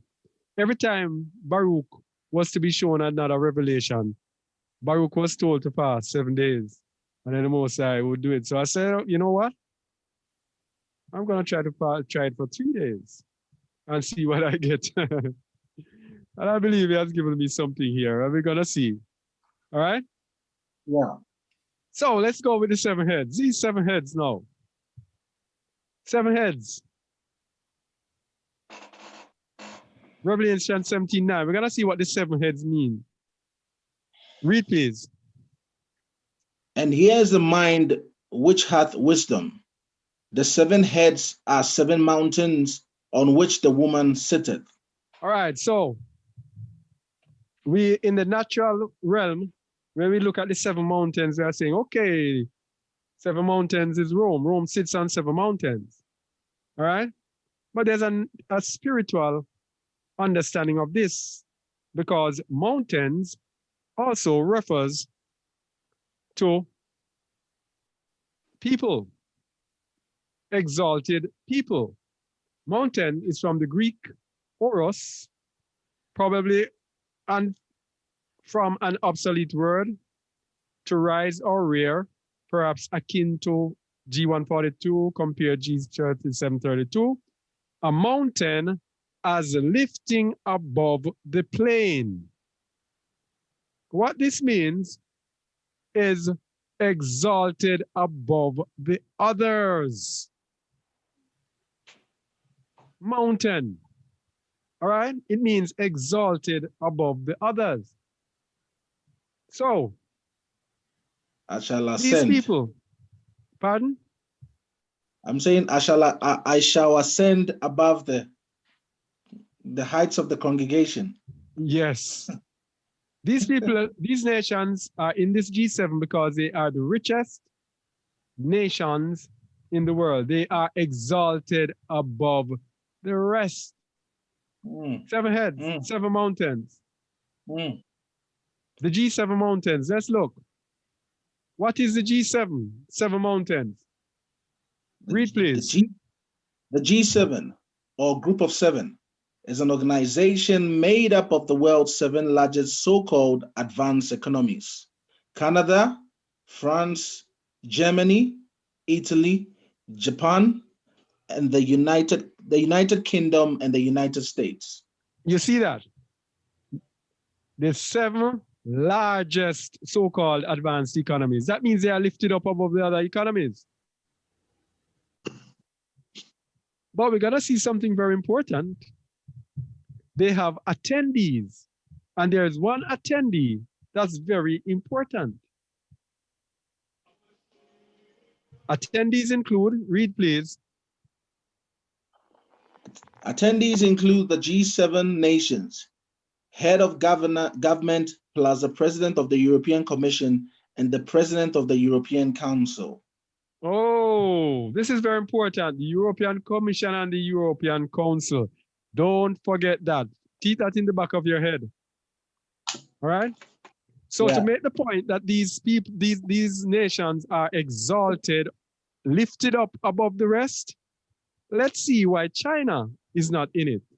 Read please. Despite having the world's biggest population and its second biggest economy, China's relatively low level of wealth per head of population means that it is not deemed to be an advanced economy in the way the G7 members are, though it is part of the wider G20 group of nations. So China is not exalted enough in terms of wealth to qualify. You see that? Yeah. Okay. So, And yeah, go ahead. I was going to say, and earlier on in the pictures, I was going to ask, but where's China? I can't see China. China is not lifted up enough. It's not exalted enough. Yeah. 7 mountains, man. Revelation 7:3. Read, please. Revelation chapter 17, verse 3. So he carried me away in the spirit into the wilderness, and I saw a woman sit upon a scarlet-colored beast, full of names of blasphemy, having 7 heads and 10 horns. Uh-huh. We just look at the 7 heads. We're going to look at the 10 horns as well. All right? Yeah. A woman sit upon a scarlet-colored beast. There's the scarlet in the flags. Yep. And the woman is sitting on them. So there's a boss. And here's the boss over there. See him addressing the United Nations here. This is the boss. The Pope. Wow. Who sits on top of the scarlet. All of these are Romans. All of these are Edomites of Roman descent. The earth is given into the hand of the wicked. These are they whose hands it is in. All right? Yeah. Yeah. All right.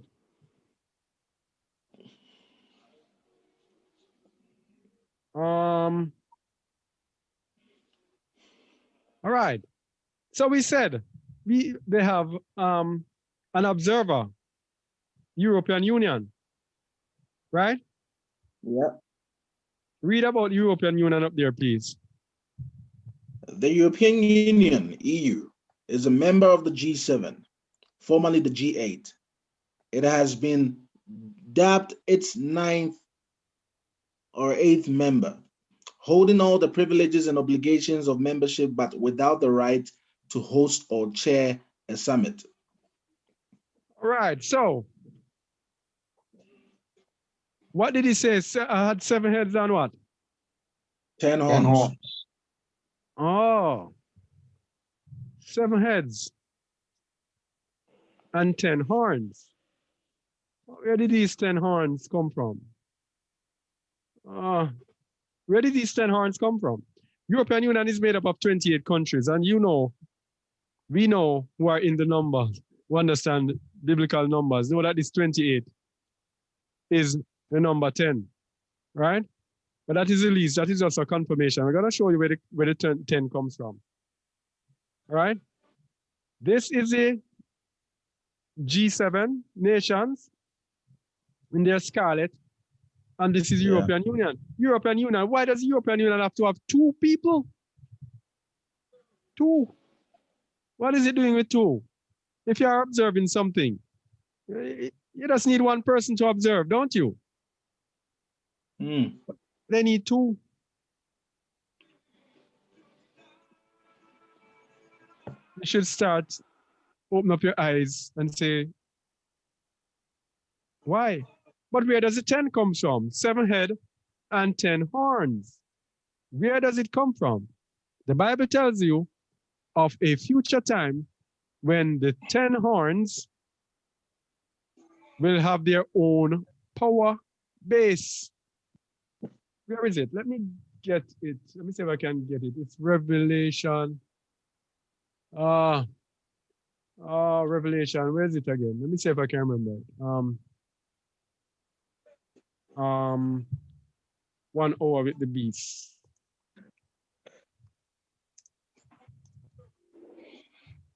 All right.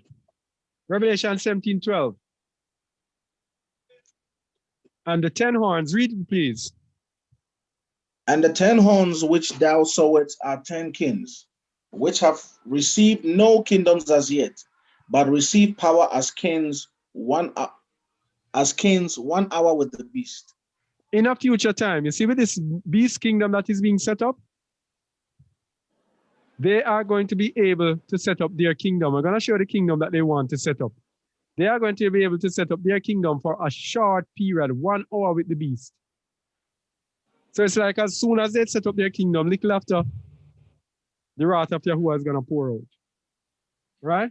The 10 horns which you see are 10 kings. We're going to see who the 10 kings are. Know your enemy, people. Know your enemy. All of these people are your enemy. Know your enemy. All right. So let's move from here and go back to where we were. These are your 10 kings. This is what they want to set up. This is where the 7 heads and 10 horns come from. These are your enemies. Let me get it. See that? United States of Europe. 10 countries for a United States of Europe. Can you read it? Can you see it to read? Yeah. Okay. Let me get. Read it, please. Let it load. I think it's loading on the screen. Yeah, all right. So it says, exert pressure to transform the EU into a federation along the lines of the US. No, sorry, I cut it off. Let me get it. All right. Okay. So 10 EU foreign ministers participating. All right. Hold on, let me get it. Let's see if I can get it a little bigger. All right, okay, cool. That would be good. Whoops.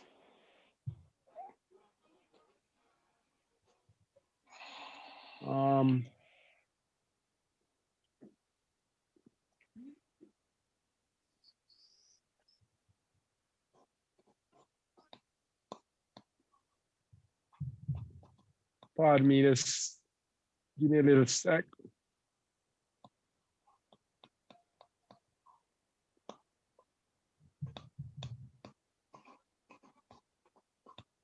All right, go ahead. Go ahead.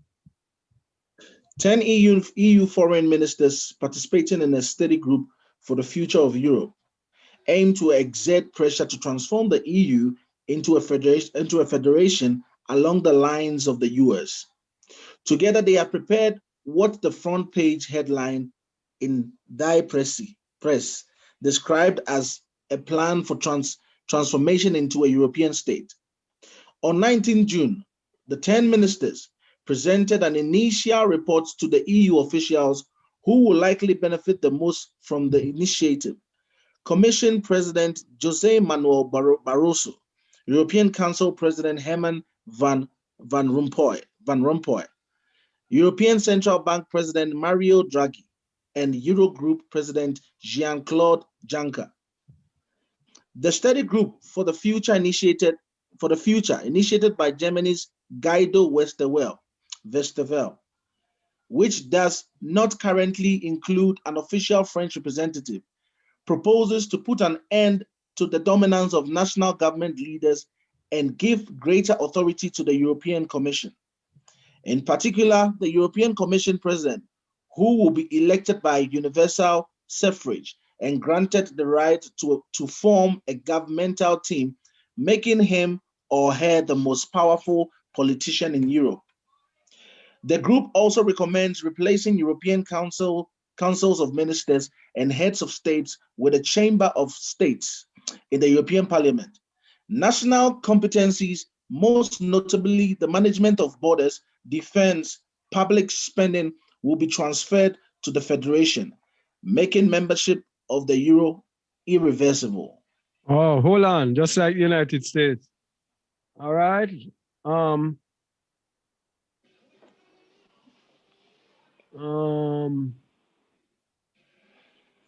Read here, a clearly defined democratic system resembling a state would probably not be in accord with the mood of several sections of the population. But everyone who wants to safeguard the euro, the single market, and political stability, while preventing a widening wealth gap between the North and the South and a reinforcement of nationalist trends, will ultimately accept that it is the best way forward. You see that? The best way forward. It says it would probably not be in accord with the mood of several sections of the population. So this is why with this New World Order, when they have resolved their control over the world, they will be able to enforce it and nobody will be able to say anything. Where they have the world now, they are able to enforce anything that they want and everybody will have to accept it. That's where they are. So that's what they want to do with this mark of the beast and everything that is happening. But we want to look more carefully now at the 10 countries. Foreign ministers from, read this. Foreign ministers from Germany, Austria, Belgium, Denmark, Italy, Luxembourg, the Netherlands, Poland, Portugal, and Spain. These are the 10 horns, the 10 powers, the 10 countries. Let's look at the flags of these 10 countries. All right, scarlet colored beast. Let's see if it's in keeping with, can you remember the names of the countries? What do we have? Belgium. All right, we see Belgium have the red. Austria with red. Continue.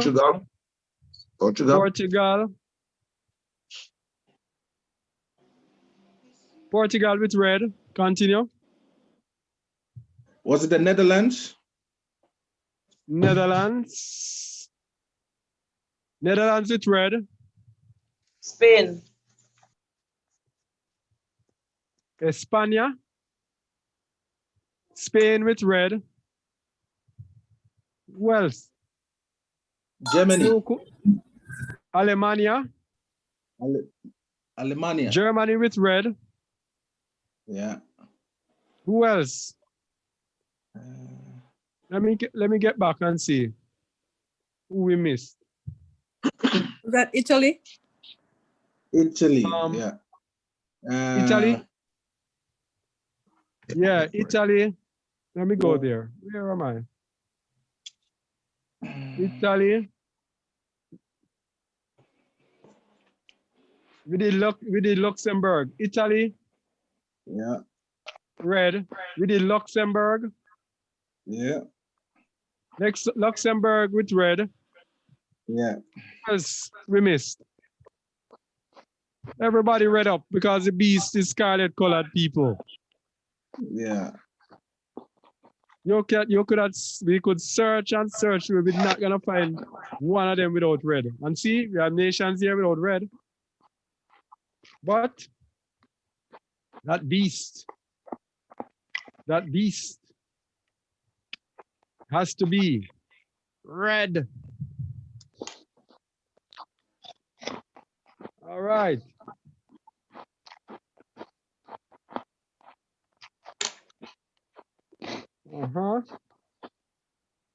So let's see which one. We never miss anyone. Portugal, Denmark. We didn't look at Denmark, did we? Yeah. We didn't. Oh, let's go to Dinamarca. Dinamarca is red. All of them have to be red. More red than the rest. All right. What? Yeah. So they are red. Let me see which 10 countries. All of those red countries. But the question is, what do these 10 countries have in common? Color. Shamal, what do these 10 countries have in common? King color. Huh? King color. Edom. Oh. How am I gonna say that they are not joke Edomites, they are real Edomites? And how do we know that they are Edomites? We're gonna show you. One word in the King James Version that tells us who the Edomites are. No other people are referred to in the scriptures as dukes. Oh, yes. Read, please. These were dukes of the sons of Esau, the sons of Eliphaz, the firstborn son of Esau, Duke Teman, Duke Omar, Duke Zepho, Duke Kenaz. Someone needs to mute their mic. Mute your mic, please. Verse 16. Verse 16, Duke Korah, Duke Gatam, and Duke Amalek. These are the dukes that came to Eliphaz in the land of Edom, and these were the sons of Ada. Right throughout the scripture, let me go to another book. Even in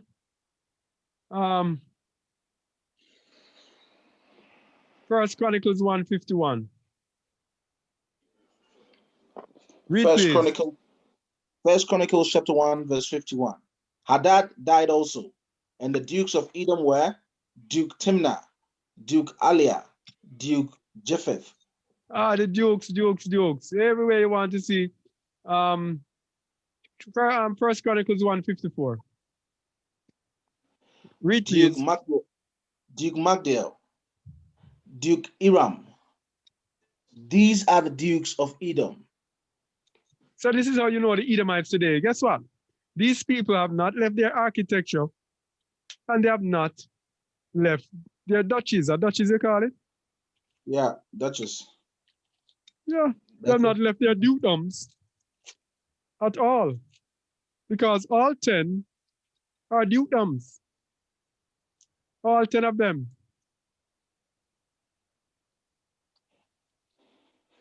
Let's go. In the 19th century, No, you're The not sec- gonna read that. I'm just gonna look for a particular part because it's extensive. all right, cool. Royal Dukes. All right. Did we have United Kingdom? Oh, they were Yep. separate. Yeah, they have No. dukes, right? Yeah, These are all those countries. Let me see. Duke. These are all the countries that have dukedoms or duchies, whatever they call it. yeah. So we're gonna look for all of them. They still kept their kingdoms intact. Yep. United Kingdom. We Yep. said Belgium, right? Yeah. We said Denmark, right? Yep. We said Portugal, right? Yeah. We said Spain, right? All right. All right, which one we didn't say? France is there. Yeah, Italy, France is Germany, there. Austria. We said Austria, right? Yeah. And we said even Poland. Yeah. We Poland said the as well. Netherlands, right? Netherlands. Yeah. Which one are they missing? What about- Italy? Italy, Yeah. Italy, Germany, and Yeah, Austria. Austria. Yeah. Yeah. One I didn't see. Is it Luxembourg? Luxembourg, but look at this.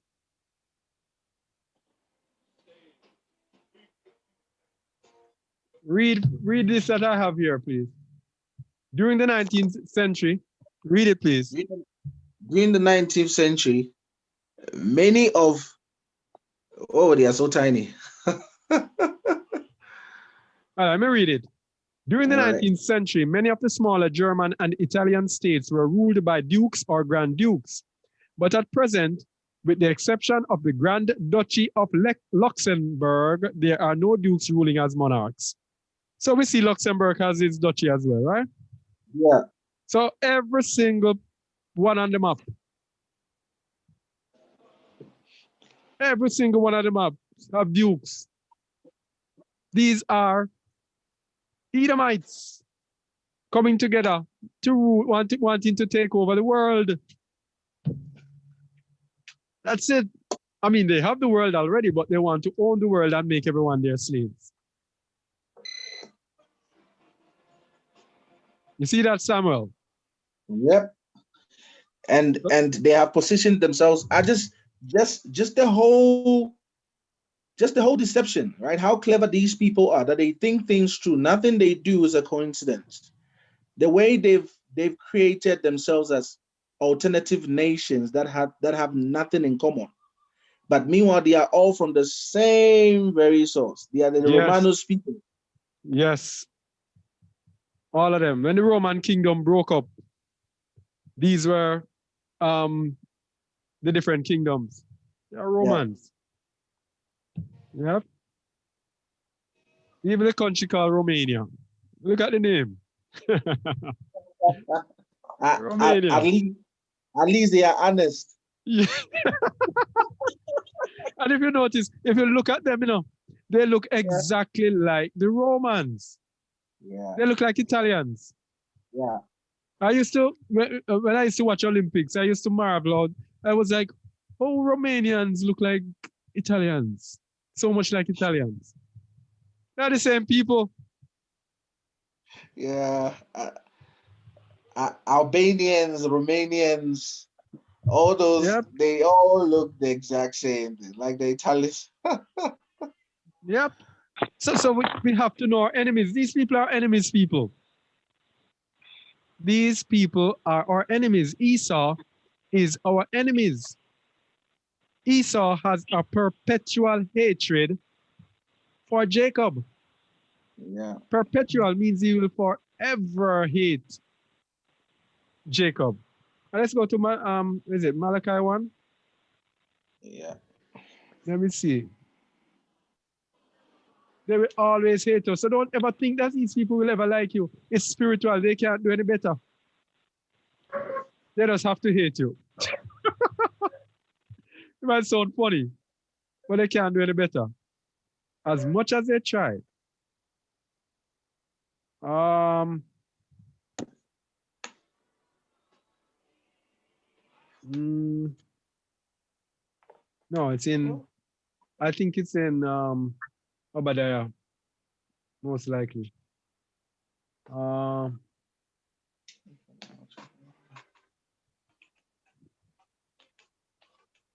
yeah. Read verse 10, please. No, no, no.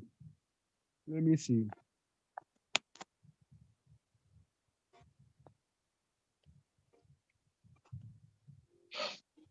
Uh-huh. Verse 10.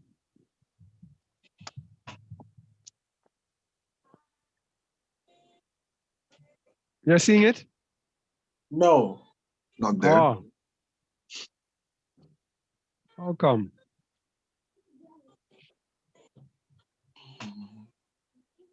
You're not seeing it? Nope. All right. Obadiah 1 verse 10. For thy violence against thy brother Jacob, shame shall cover thee, and thou shalt be cut off forever. Forever. Yeah. Wow.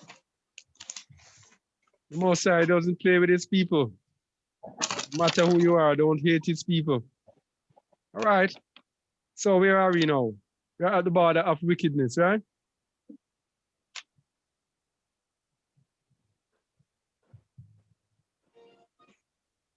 Oh, the border of wickedness. Wait, what's happening here? Hold on. This thing has stalled. You notice that I have stalled? Yeah. Wow. Let me stop this virtual. Oh, it's stuck. I have to restart it. It's not All right. responding. Just quickly restart it. Let's- Yeah, you can speak about something in the meantime to hold the floor. uh, Uh, yeah, it's very interesting. Brother Wayne, are you here? Yes, I'm here. Oh, okay. Isn't it interesting how they've managed to hide themselves so well over the years? How And they it have is. created a conference that they don't exist. Just as they made Israel not to exist, they themselves also hate themselves. But what is quite interesting also, when you tell people that they are the Israelites, the first thing they said, it is not about the color. They are actually defending the Edomites. It's yeah. not strange. They are defending their enemy. Yes. Yeah, yeah. It's one of the, I don't know how to describe it, but it's very, and that is why I'm saying that.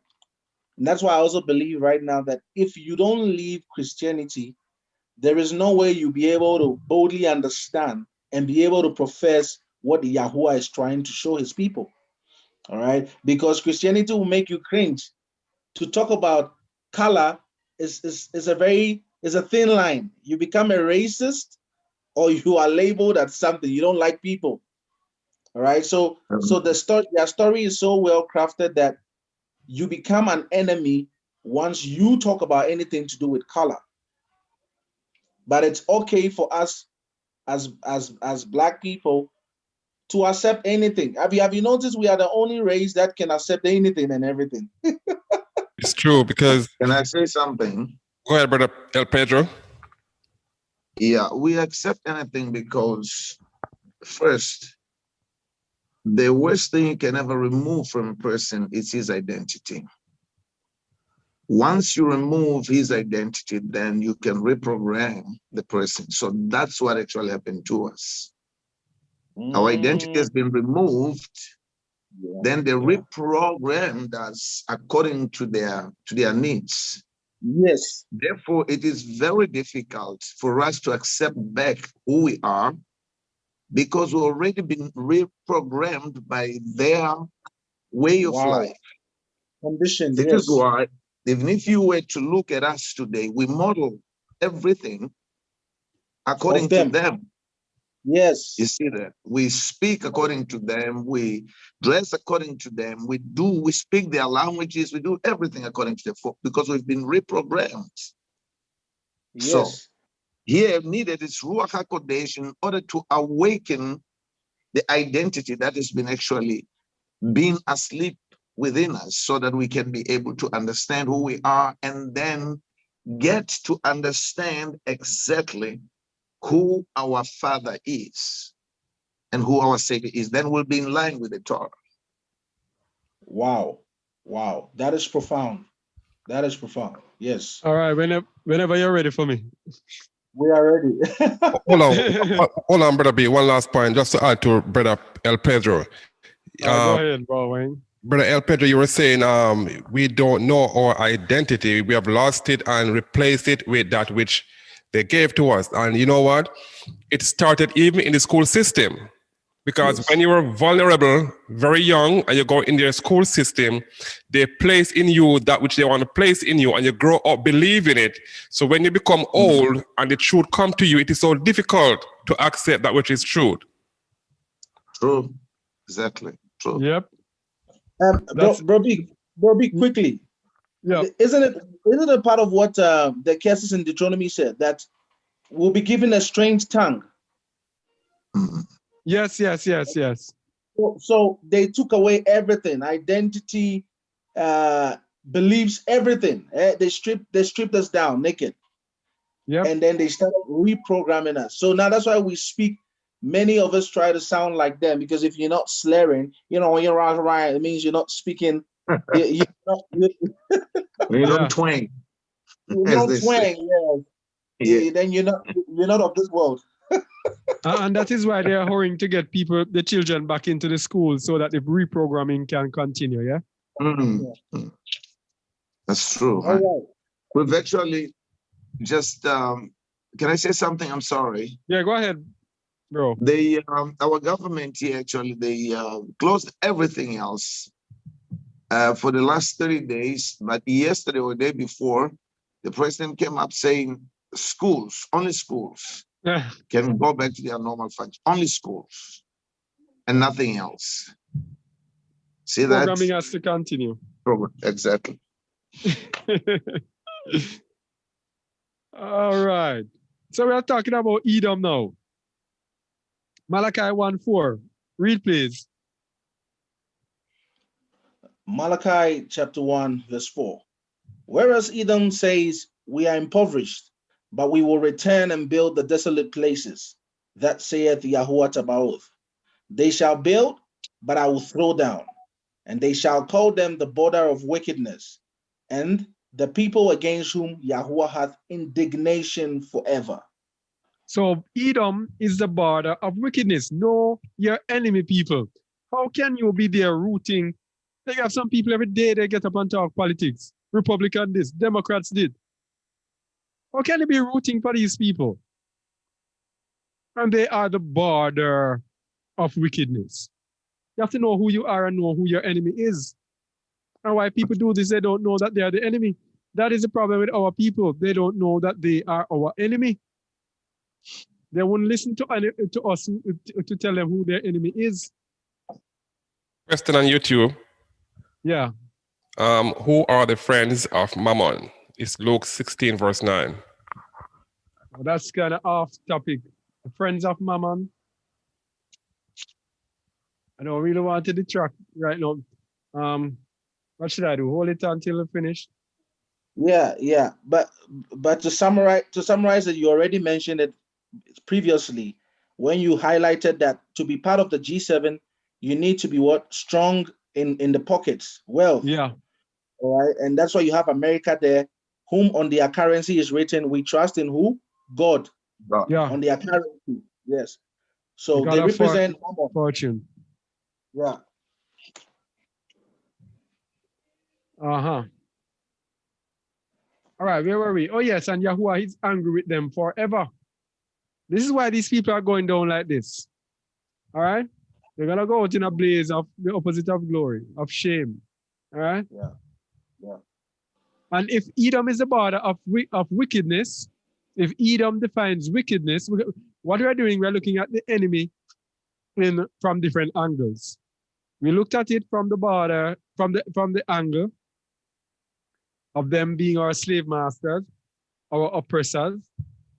We looked at it from the 7 heads and 10 horns. Now we're going to look at it from the angle of wickedness. Edom is the border of wickedness. And guess what? Read, please. The earth The is earth given. is given. Yeah, Job chapter 9, verse 24. The earth is given into the hand of the wicked. He covereth the faces of the judges thereof. If not, where and who is he? All right. The earth is given into the hand of the wicked, and Edom is the border of wickedness.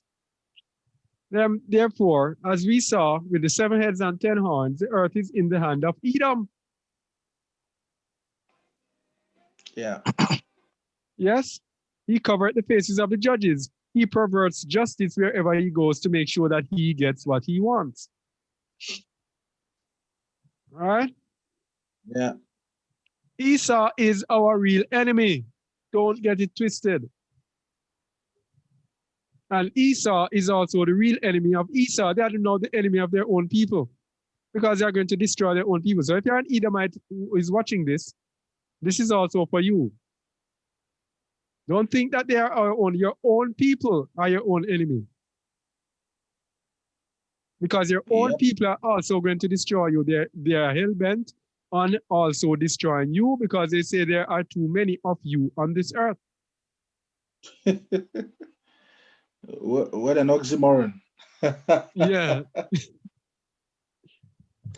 Yes, they say they are elite and they look down on the rest of us.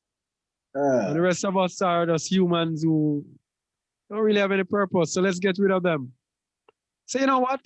Ta-da! Let's make a disease. And let's make the cure for the disease. And let's make the cure seem to cure. And then in the end, let it kill them off. Yes. By then, we will be so strong and powerful, nobody can blame us. We will be accountable to no man, and we'll be in control of them because this thing that we're giving them is going to allow us to control them. Hey, brilliant idea. Yay, let's do it. Brother B, Yes, bro. what you have just said, it is something we saw in movies several times. We see where the elite, those top men, they have their own men.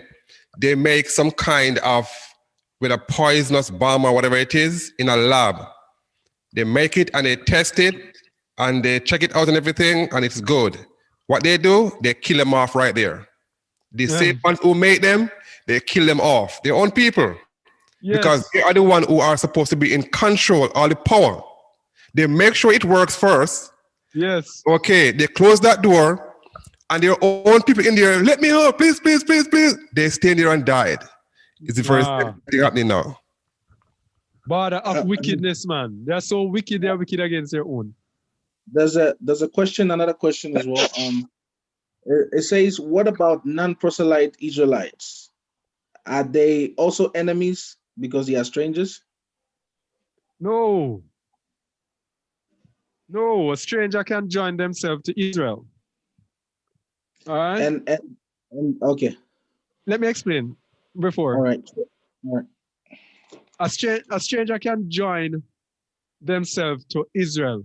It says, one law shall be to you and the stranger that sojourns among you. Prophecies after prophecies tell us about the strangers holding on, clinging to Israel to enter the kingdom. All right? So what it actually means is that you Gentiles, proselytes, you cannot set up your own thing. You have to join yourselves to his people, especially in the end time, when his wrath is going to come on those who persecuted his people. Very important, you know. He says, whoever afflicted you shall I afflict. All your oppressors shall be oppressed. All your adversaries, every one of them shall go into captivity. He says, Those who lead into captivity shall go into captivity. He also said, prepare slaughter for the children, for the iniquity of their fathers. So the proselytes, you have the burden of your fathers upon your back. What you have to do, join yourselves to Israel, meaning you partake of their fellowship, you partake of their sufferings, you help where you can help, you try to become one with them as much as possible in humility. Yes. All right? In humility. Because guess what? Your people, if you are an Edomite, for example, have exalted themselves above us. We have been a proverb and a byword, a scorn, ridicule among your people. Your people have used us, abused us. If you're an Edomite, you have benefited from our labors, from our sufferings, from our free slavery labor, etc. You have benefited from our suffering. So you have to humbly now turn, repent, and join yourselves to his people.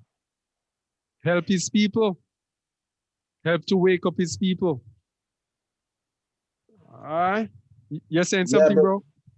Yeah. I mean, to add on to what you said, you've said everything. But just to add on is that you cannot be. I think I'm getting close to helping Gentiles in my next couple of things I'm going to be saying. Gentiles are in danger, right? When I say are in danger, it's because they have been conditioned as well. They have been indoctrinated to have this superior mindset, right? That they are much better than the children or the chosen people, all right? So it will be very hard for a Gentile to admit that an Israelite who happened to be black is superior over them. This is going to be the biggest battle for the Gentiles to jump over. Right? Brother, we are not black. We are Negroes. Sorry, Negroes. Negro is a better term than black. Yeah. Right, so for the Negroes, the Negroes that the Gentiles have slayed and looked down and oppressed, furthermore, it will be the hardest thing is for them to overcome that indoctrination, because you cannot cleave to them when you have a superior mindset. So you need to undo all of that, and you need to come, because you are engrafted, you are being engrafted in, means that you can always be broken out again because you don't belong there. So the privileges and the mercies and the grace of Allah has opened the doorway, and also Israel has become a light to the Gentiles, meaning that the Gentiles need a certain level of humility. There is also another person that I'm not jumping this, but another person also, so that we can move on, who is saying that we should blame Paul, and Paul is the enemy because he is the cause of the modern church. That cannot be right. Before you even say it, that is not true. No, the Apostle Shaul was there for a purpose. The Apostle Shaul is there to divide the carnal from the spiritual. All right? Yes. Apostle Shaul's doctrines, if you take them from the top, you are lazy and you seek lawlessness, then you get lawlessness from them. All right? If you seek truth, if you seek light, then you'll get a great understanding that can lead you to perfection. The church came in through mistranslation, for one. What they did, they set up this institution called church, because there were churches from before, from their paganism. So they set them up now as Christian churches, and they translated the name ecclesia. They translated it out and translated in the meaning of kuriakon, which means the Lord, or of the Lord. So they translated in the name church in the scriptures. It was not there in the first place. What was there was ecclesia, or set apart assembly, or called out assembly, a congregation or assembly. So it wasn't Shaul who did it when it comes to church, all right?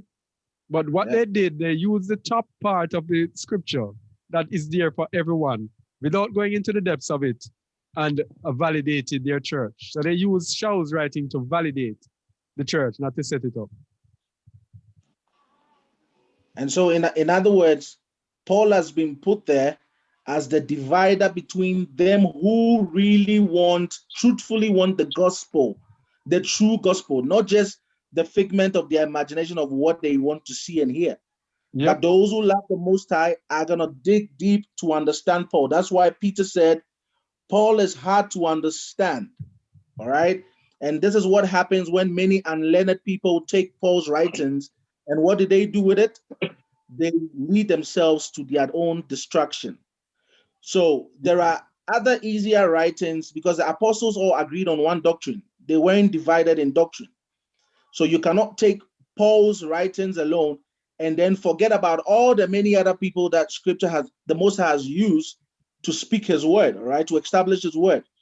So for you to know that Paul wasn't trying to get people to be rebellion and Gentiles to set up their own form of Israel, which is Christianity, you listen to what the other apostles are also saying, which will affirm and give you a broader understanding, all right? Yeah, and that is why Kepha, that is why Peter warned us about Paul, because the way how Paul spoke, his understanding was so deep that if you are unlearned, you are going to struggle with what he has to say. And so said, so done, because the Christians are unlearned because they don't keep the commandments and they don't get a good understanding according to Psalm 111 verse 10, then they cannot understand it. And so Shaul is put there as the divider, just as the mark of the beast now is put there as the divider as well. The same thing.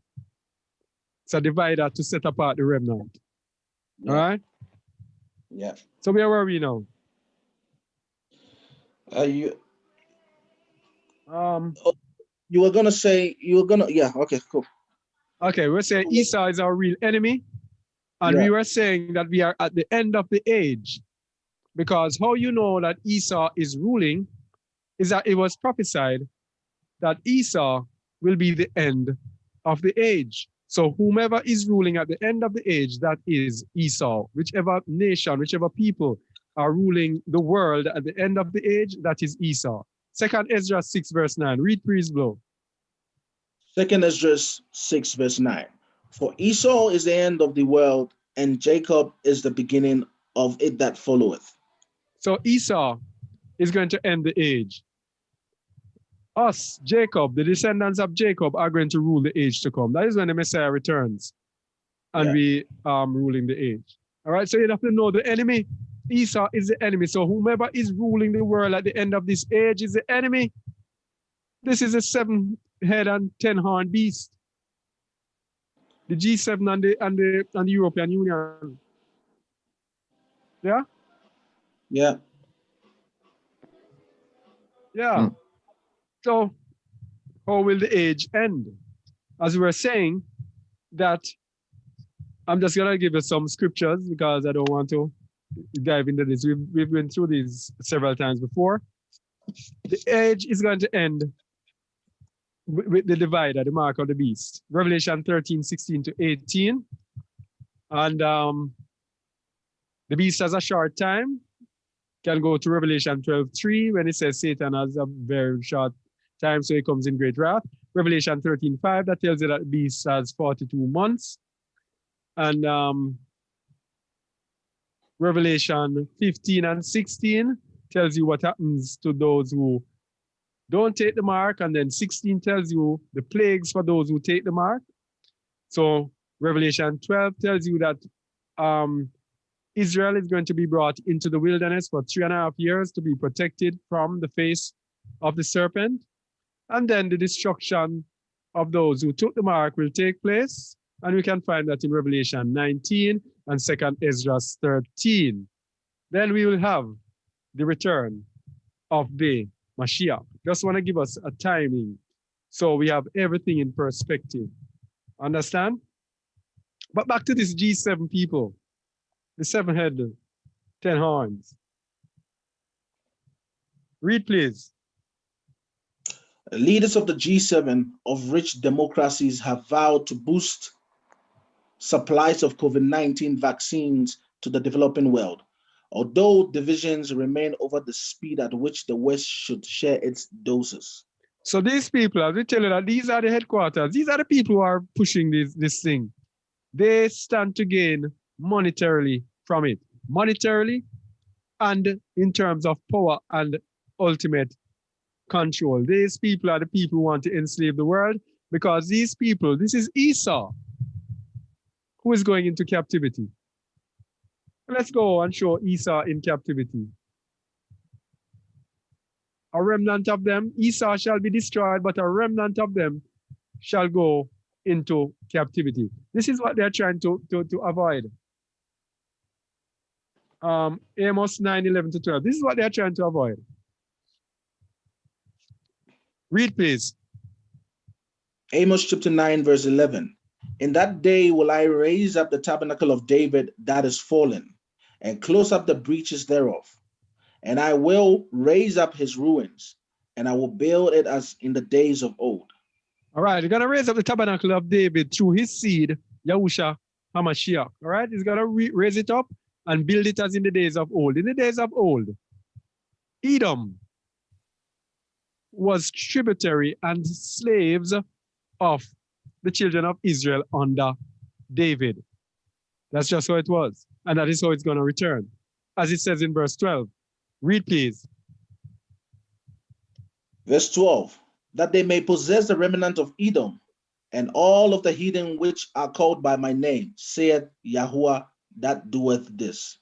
That's a lot of people are saying, because it says, Edom, what did it say again? Oh boy.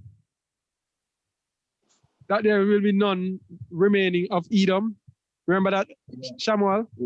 Yeah, I remember, yeah. Yeah, because people saw that. People are saying, oh, no Edomite will be left. No Edomite will be saved. No Edomite, no Edomite. Yeah. Well, this is telling you. And we did, it's on justawordradio.com, I think. We did an article about, or a podcast about can Edomites be saved? All right? Yeah. You see, when you take scripture, you cannot use a one verse.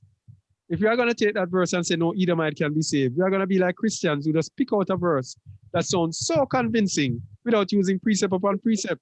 When you use precept upon precept, you realize that there will be Edomites who the Most High, through his grace, will allow to enter the kingdom. But guess what?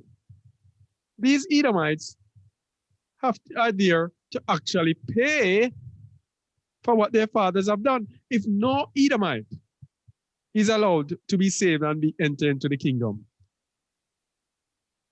then they won't be repaid for what their foreparents did, because their foreparents had us in their houses.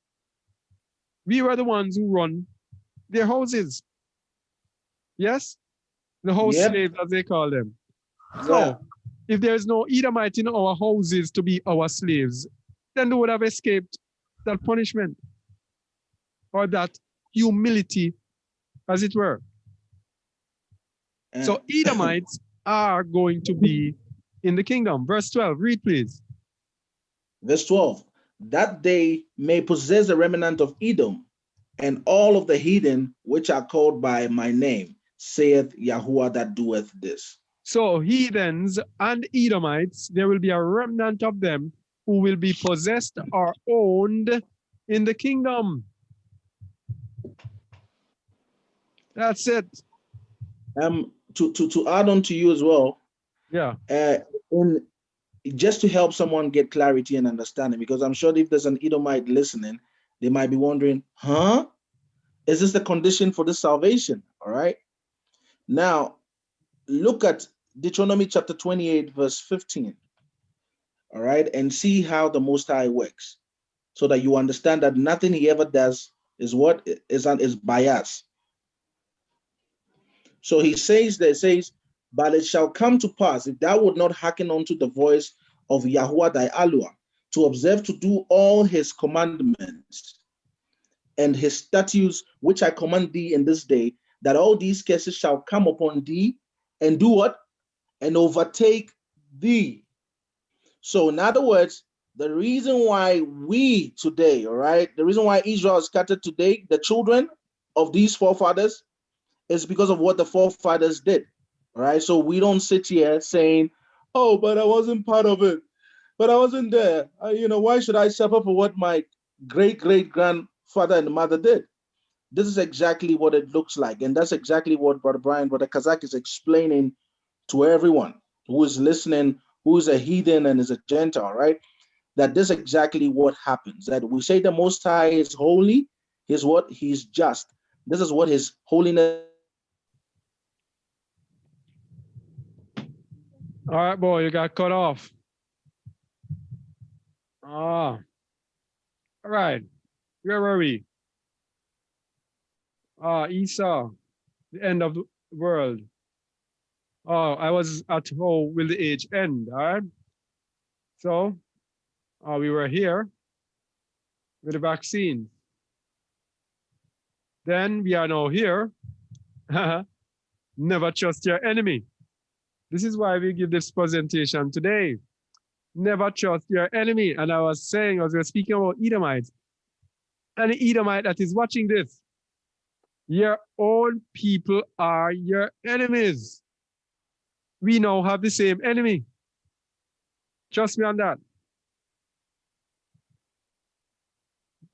So we go to Sirach. You are there, Shamuel?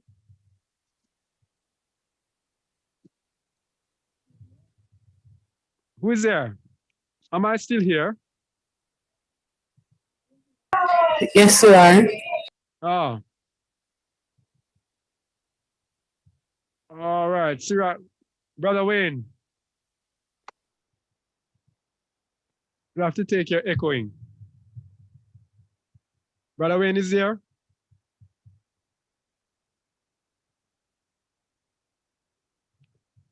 El Pedro is there? Yes, I am here. All right, could you read, please? Sirach 12, verse 10. Never trust thy enemy, for like as the iron rusteth, so is his wickedness. Ah. So as iron rusts and doesn't stop rusting or doesn't unrust, so is wickedness. It never turns back. It just keeps getting worse and worse. Verse 11. Though he humble himself and go crouching, yet take good heed and beware of him.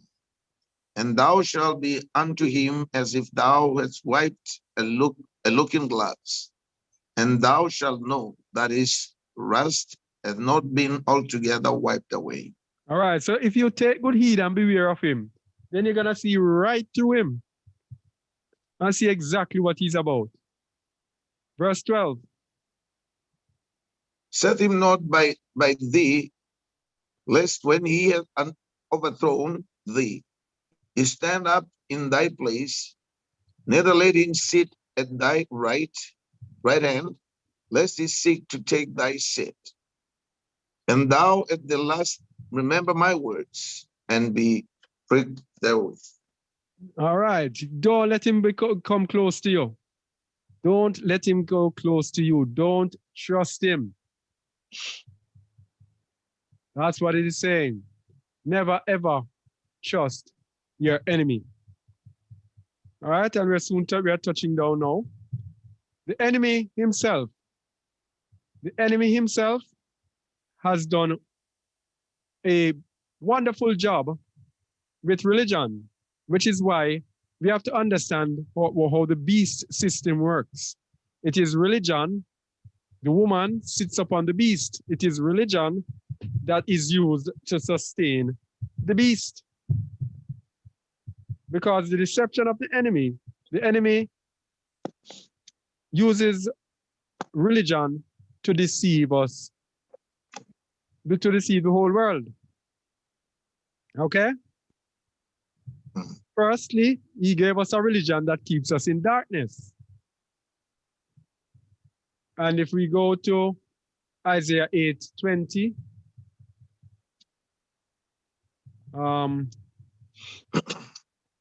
Isaiah 8:20, that religion keeps us in darkness. And we're going to see what keeps us in darkness. Read, please.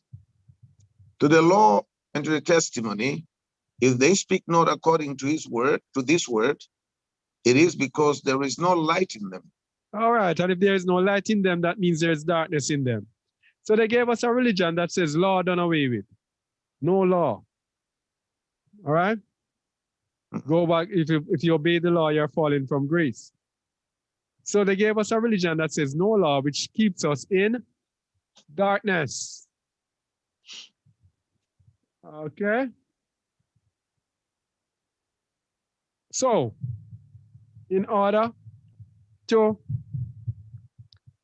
control us, control our minds, control what we think, they make qualification in their brainwashing schools be the requirement for leading their congregations. So, for you to be a pastor, you have to go to what? Bible school, right, Pedro? Yep. Something like that, yeah. Yeah. So if you do not go to Bible school, then you are overlooked. You have people look down on you. Even if there are pastors that don't go to Bible school. But if you don't go to Bible school, you're underlooked. You're rated when you go to Bible school. Yes? Yes. Because Yes, you true. have gone and you have gone through their programming. Same programming we are talking about. So Satan actually programs you what to talk, what to think, what to say. Hmm. I've spoken with people, I've spoken to pastors from certain organizations and from a certain organization. And they say that they know the truth, certain truth, but they cannot speak it or they won't have a job. You have to speak what you are programmed to speak. Yep. Yeah.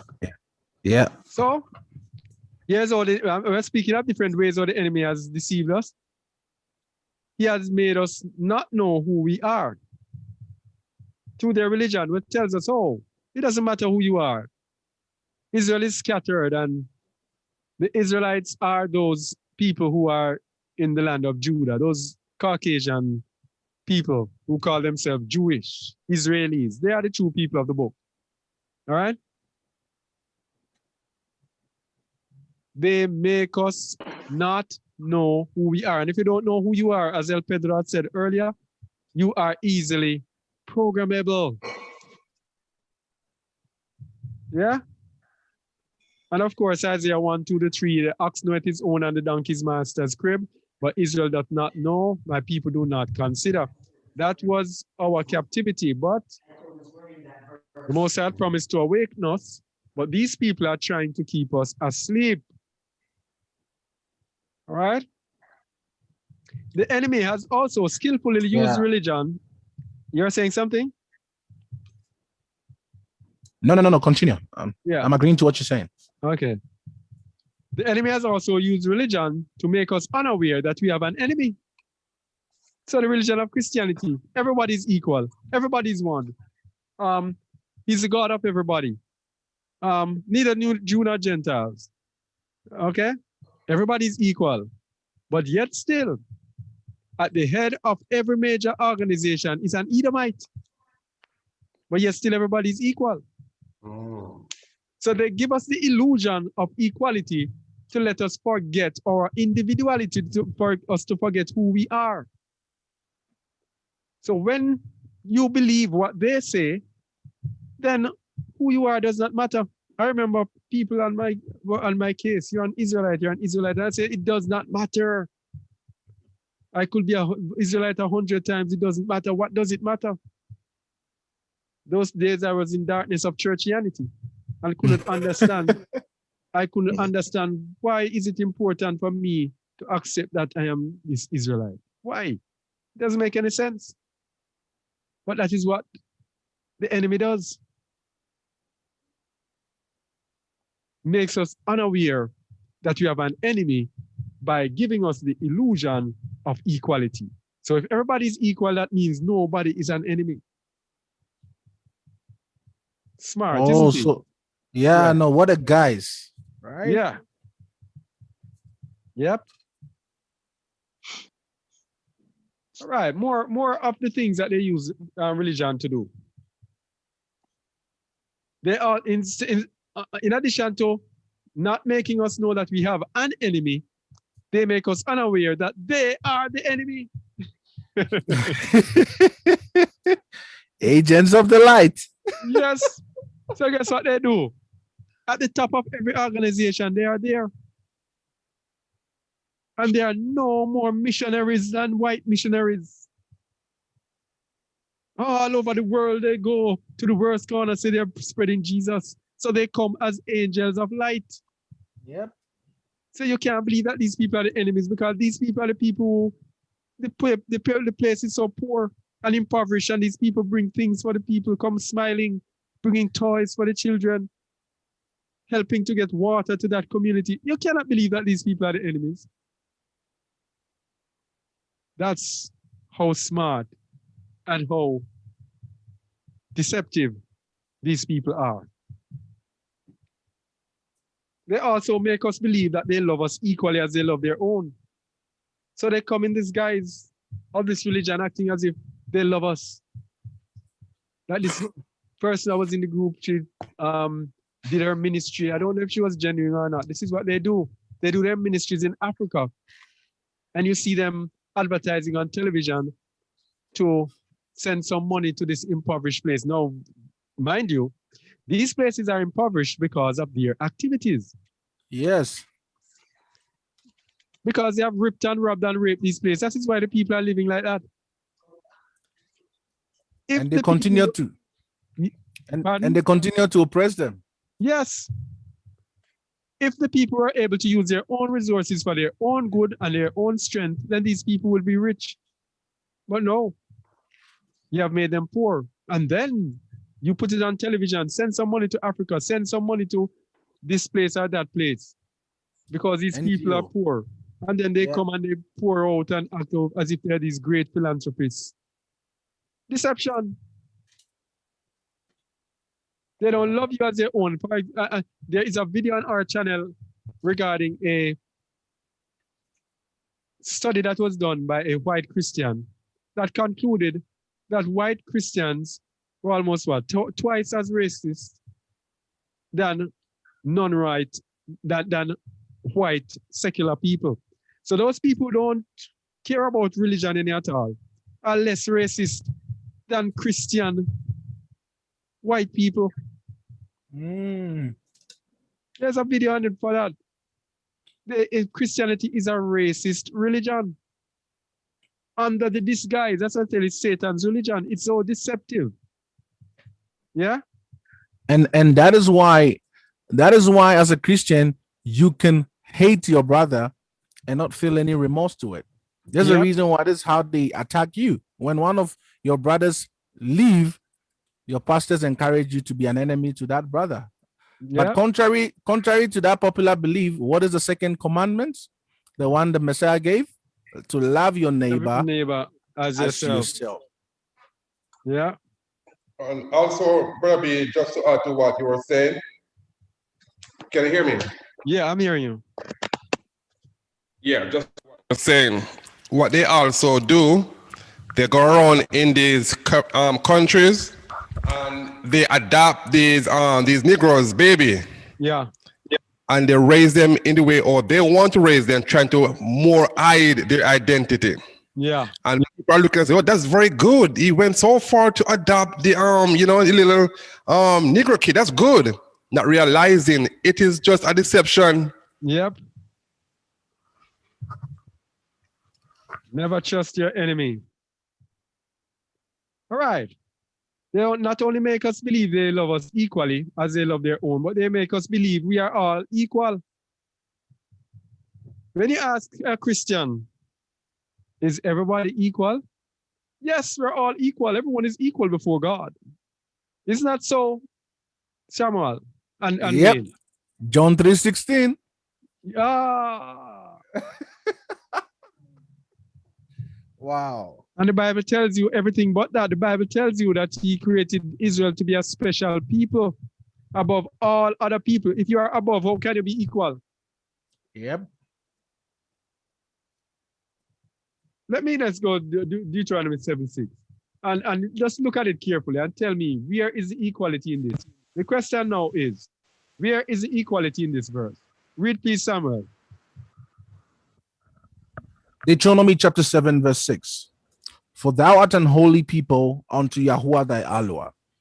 Yahuwah thy Elohim hath chosen thee to be a special people unto himself, above all people that are upon the face of the earth. above all people that are upon the face of the earth. Now, where's equality now? Somebody come. Is there a physicist there, a biologist, a chemist, a mathematician that can come and show me equality in this verse? Somebody show me equality Okay. in this verse. Well, I might not be I might cannot do mathematics and all those things, but I still cannot show you. I mean, there's no way. There's no way. Yeah, I don't see. Or maybe I can attempt it for them. Yeah. For thou art an holy people unto Yahuwah thy Alua. All right. So thou art an holy people. Yeah, we are all his creation. So in other words, we fit into this category with the Son, Jesus Christ. He brought us into the same hierarchy of being made special. Oh. This is exactly what many of them will say. No. Oh. And also, what I see, Yeah. what I see also, Brother Samuel, is the ones who are saying that everyone is equal. They learn from someone who taught them lies coming all the way down. Mhm. And that is why they are talking about the Trinity. So it is the same mindset they have by saying everybody is equal, because they're putting the Most High equal to his Son. Mhm. And the very same thing they're doing now, saying everybody is equal. So you see that doctrine they learn, someone from the past 10 generations taught that lie, and it trickles Yeah. down up to right now. And people are just living and believing it. And they feel like when they hear the truth cannot be true. So that Yeah. is such a delusion, All you know. right. But we have to be very careful and do our best job in trying to help these people to understand that it's been a lie. It's been a lie for the whole time. So they All might right. be saved in the end. All right, bro. Let's go to this one now. Since you give me that, brother Shamuel. Thanks, brother Wayne. Thanks you give me that one. Explain this one now. Explain this. If everybody equal, explain this one now. Read please. Behold, the nations are as a drop of a bucket, and are counted as the small dust of the balance. Behold, he taketh up the isles as a very little thing. All right. So what you say about that now? The nations are as a drop of a bucket. So, but I mean, Brian's exactly the reason why they've tried to create everything to be equal. Yes. It's exactly why. To And this negate- equality, yes, To this negate the power of to all of negate this. yes, to change the order. You see, the Most High has an order. Yes. So they want to rearrange the order, just as they do with science, genetics, and all the stuff, genetic coding, what. Yes. The same way, even in the family system, the order Yahuwah has put there, they turn it Yes. upside down. Even Yes. in male and female, they've turned it upside down. It's male and male, woman and Yes. woman. Even Yes. when Yahuwah says that Israel, know that I, Yahuwah, I am one, they say no, he's three, and they are all equal. This is just it's just wickedness. You can't find any other word to make it right. It's just wickedness. Read verse 17. Verse 17, all nations before him are as nothing, and they are counted to him less than nothing and vanity. So where's the equality in that, bro? Absolutely none. Oh. There's a question on YouTube.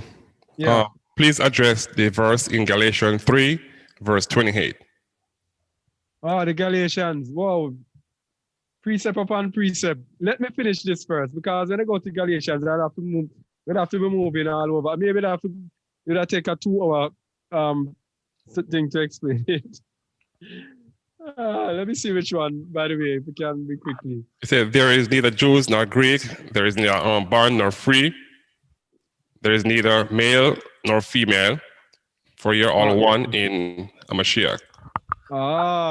When I finish, I'm going to deal with that.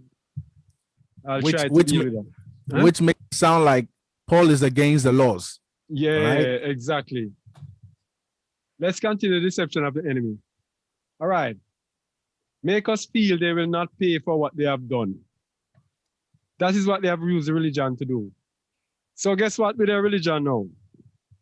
Instead of them following the word which says the Messiah is going to return and he's going to separate the sheep from the goat, sheep on the right, goat on the left, and he's going to execute his judgment. And the word says that Israel will be brought back into the kingdom, and the strangers shall join to them and shall be their servants. The Edomites shall be their slaves. The heathen shall be their slaves. Instead of that, guess what? They get a get out of jail free card. Anybody who knows Monopoly knows what I'm talking about. The game of Monopoly. And guess what? Before anything happens, they're just whisked away. Raptured. Wow. And Israel is left because Israel is sinful. So they're just whisked away, not accountable. They don't pay for anything that they have done, contrary to what the scripture says. Wow. So they just get away scot-free. So with all of that, you put all of that together, they are just made to look as if they are no longer, they are now just so pure just because they say they have Jesus. All right, bro? Yep.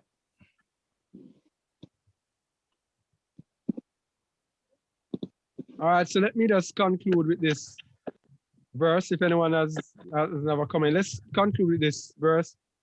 These 5 verses. Sirach 13, 2-7.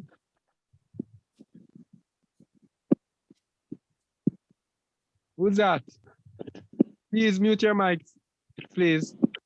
Sirach 13, 5-7.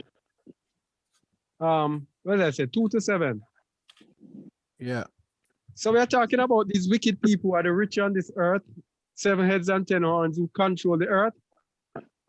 Just warning our people with the end to be aware of the rich, especially in this time. It is richness and the rich who are leading the world astray and are seeking to destroy the entire earth. Read, please. Verse 2. Verse 2.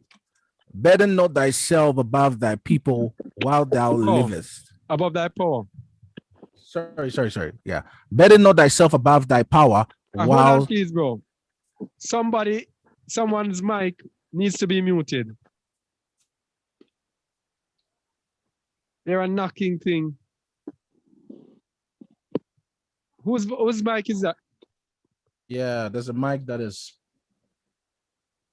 Whose is that?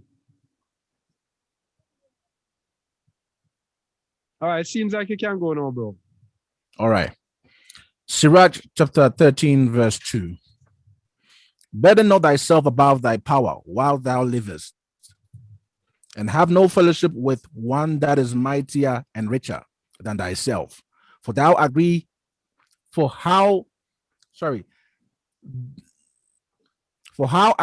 the kettle and the earthen pot together?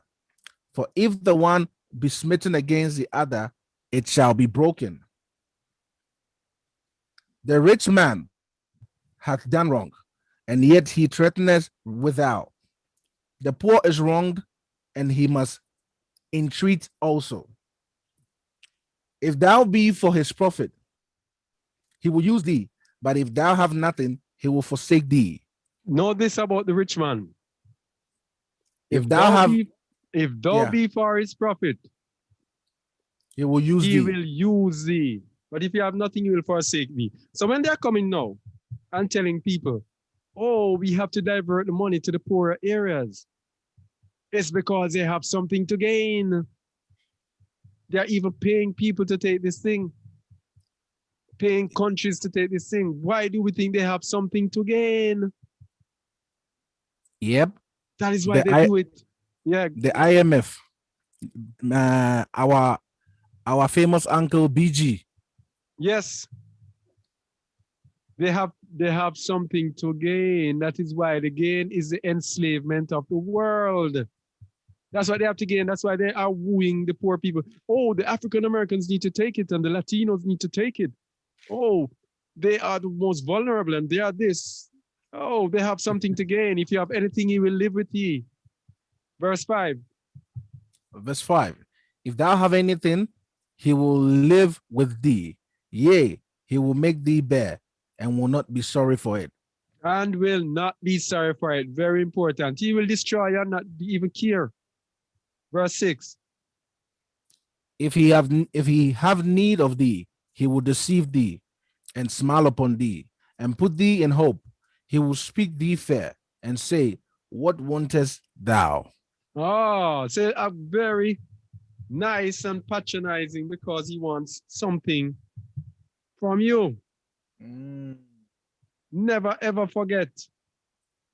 Never ever forget the ways of the wicked. Continue. 6 or 7. And he will shame thee by his meats until he hath drawn thee dry twice and thrice or thrice. And at the last he will laugh thee to scorn afterwards. When he seeth thee, he will forsake thee and shake his head at thee. That's what the rich man does. And this is what these people are doing all over the world. These people are your enemies. They do not wish you any good. They tell you about them and their, what do you may call it? What is necessary? What is it necessary? All right, Sister Janet, we're gonna have a question and answer after. Is it necessary? What was I saying again? It threw me off. All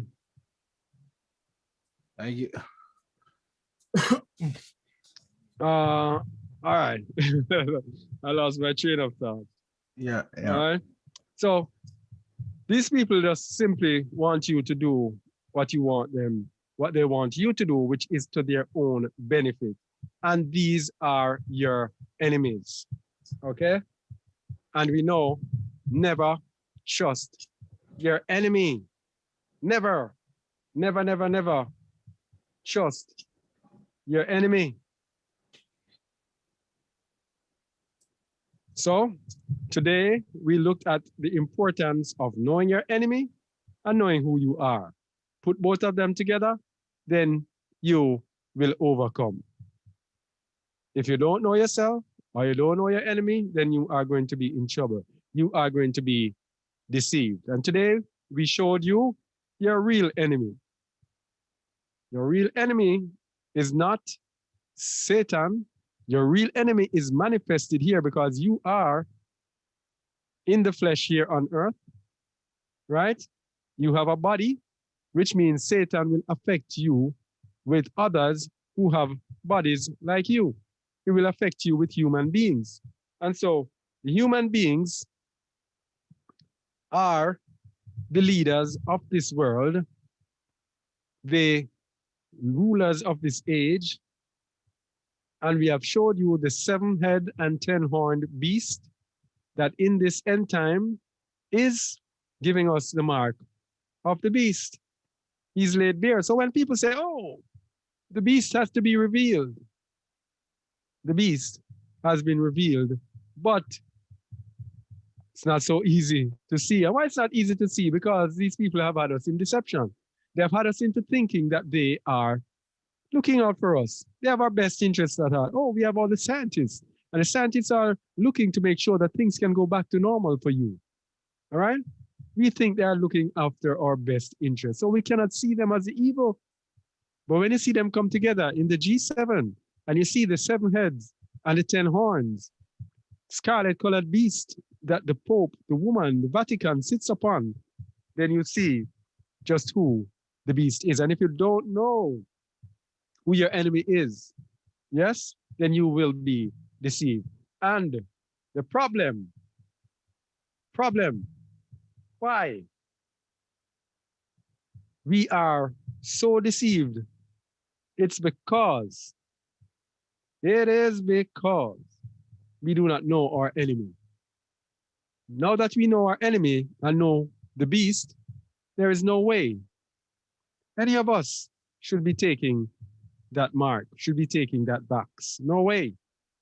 Nothing good can come from the wicked. If the wicked has shut down the world in order to get the world to take this thing can be no good. If they are in such desperation for you to take it, it can be no good. The word says, what is it? Which Psalm is it? It's Psalm 94. And it tells you that they go to their bed, plotting on their beds. That's how evil they are. They go on their bed plotting each evil they're going to do. That's how they are. They love evil and they strive by evil. These are the children of the devil. All right? These are the manifestations of the devil on this earth. They are wicked, evil, and they have no love in their heart for no one but themselves. Okay? All right.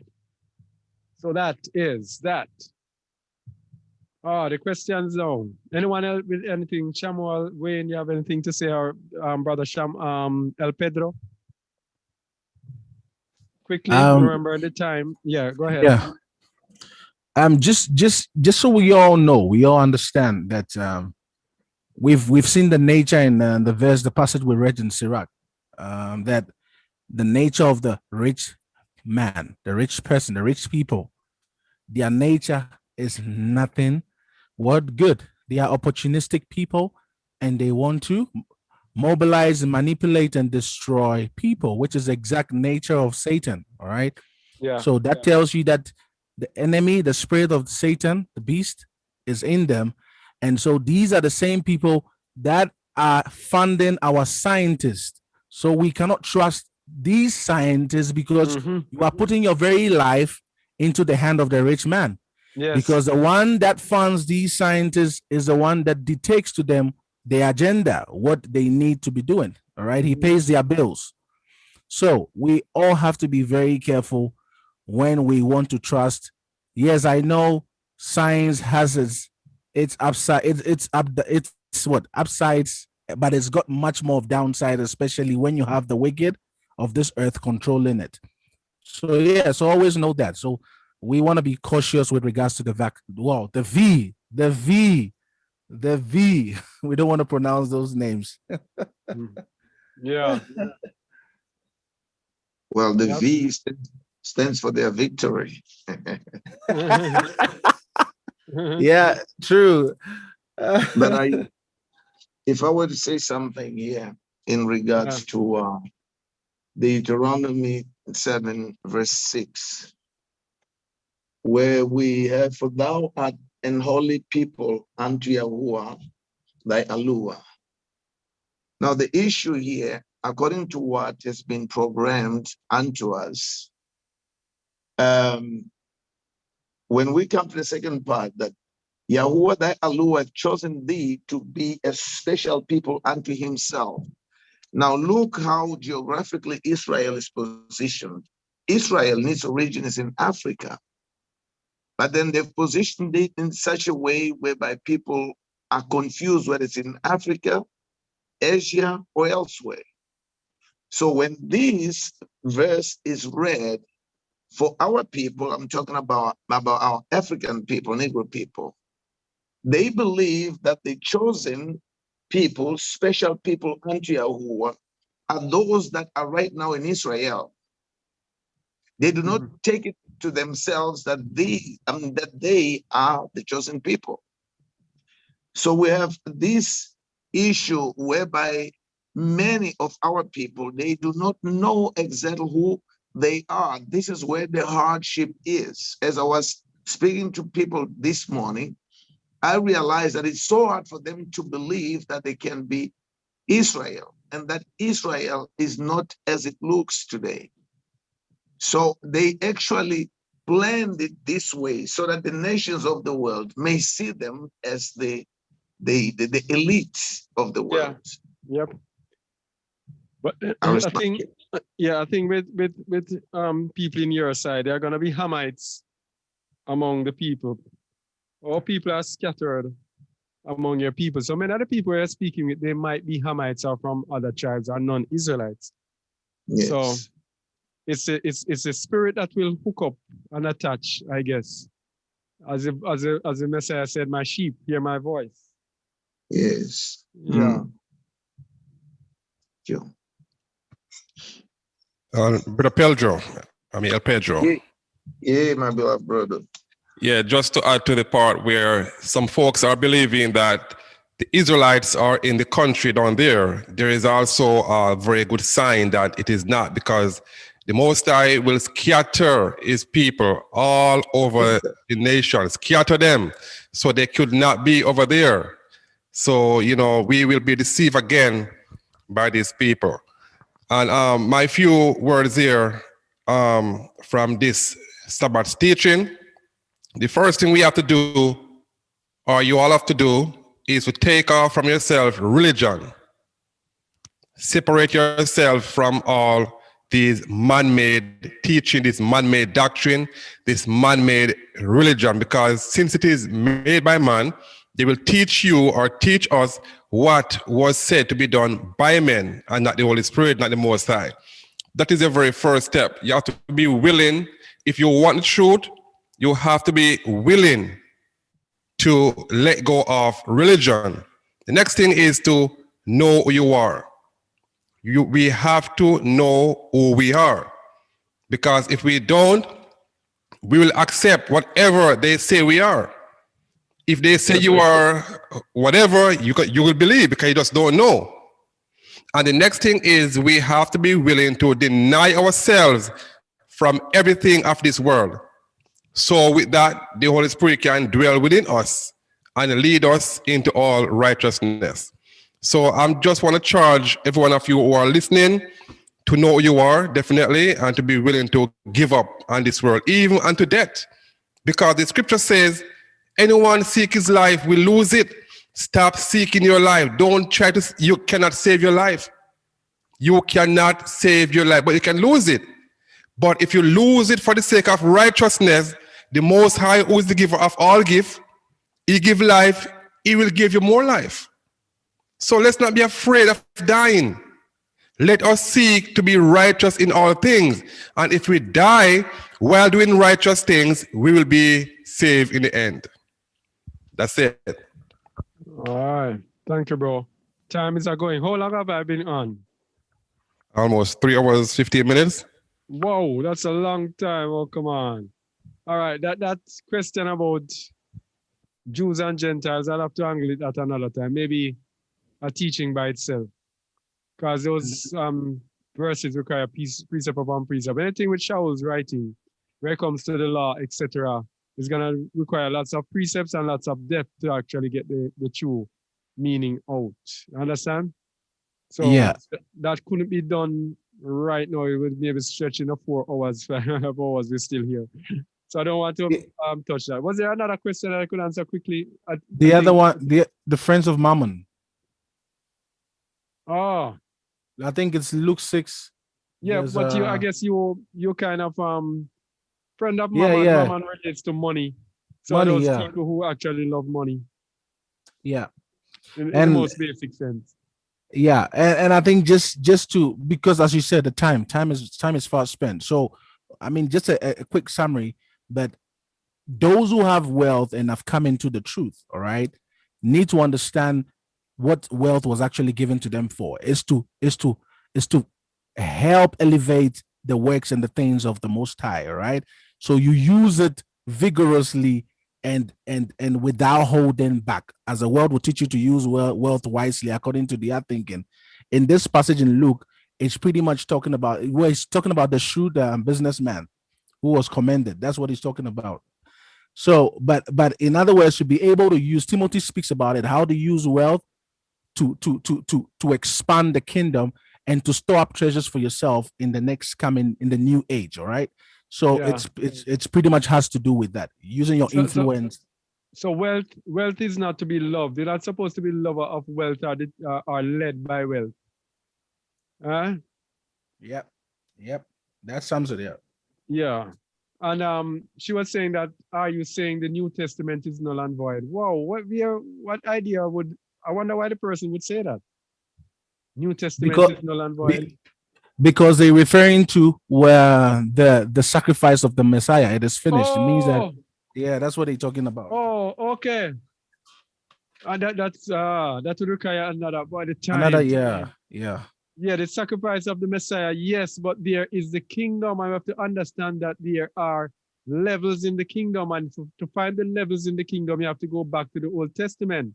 Remember that the New Testament is just an explanation of the Old Testament and the manifestation of the Old Testament. So the Messiah coming is for us. What the Messiah told us to preach, he told us to preach the gospel of the kingdom. So what happens? Let me explain to you quickly what happened. What happened in Christianity? Luke 17 it is. Boy, I'm trying not to get John in. Let me go Luke 17. Luke 17. I don't like when the thing is so long. Less like it for people to watch it.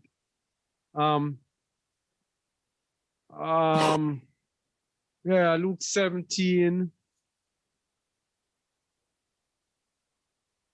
No. Where is it?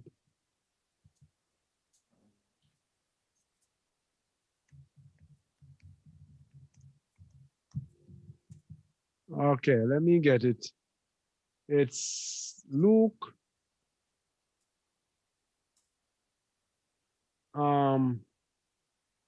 Luke 6, is it 16, 16? Where it says this gospel is fulfilled in your ears today. It's because I'm hurrying, my thought process is not.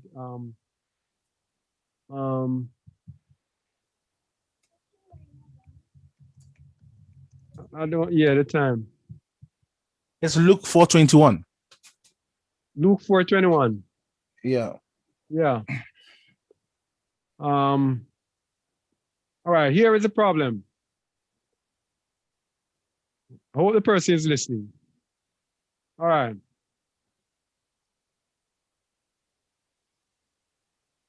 And he came to Nazareth, where he had been brought up, and as his custom was, he went into the synagogue on the Sabbath day and stood up for to read. And there was delivered unto him the book of the prophet Esaias, who is Isaiah. And when he had opened the book, he found the place where it was written. Now look very carefully what he said. The spirit of Allah is upon me, because he hath anointed me to preach the gospel to the poor.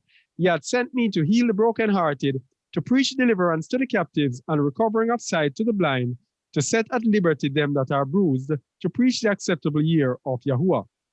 This is what he said. Remember now, this is the mistake that Christians said. Remember I said at the start that Christians take things from the surface and they do not dig because the understanding has not been given to them.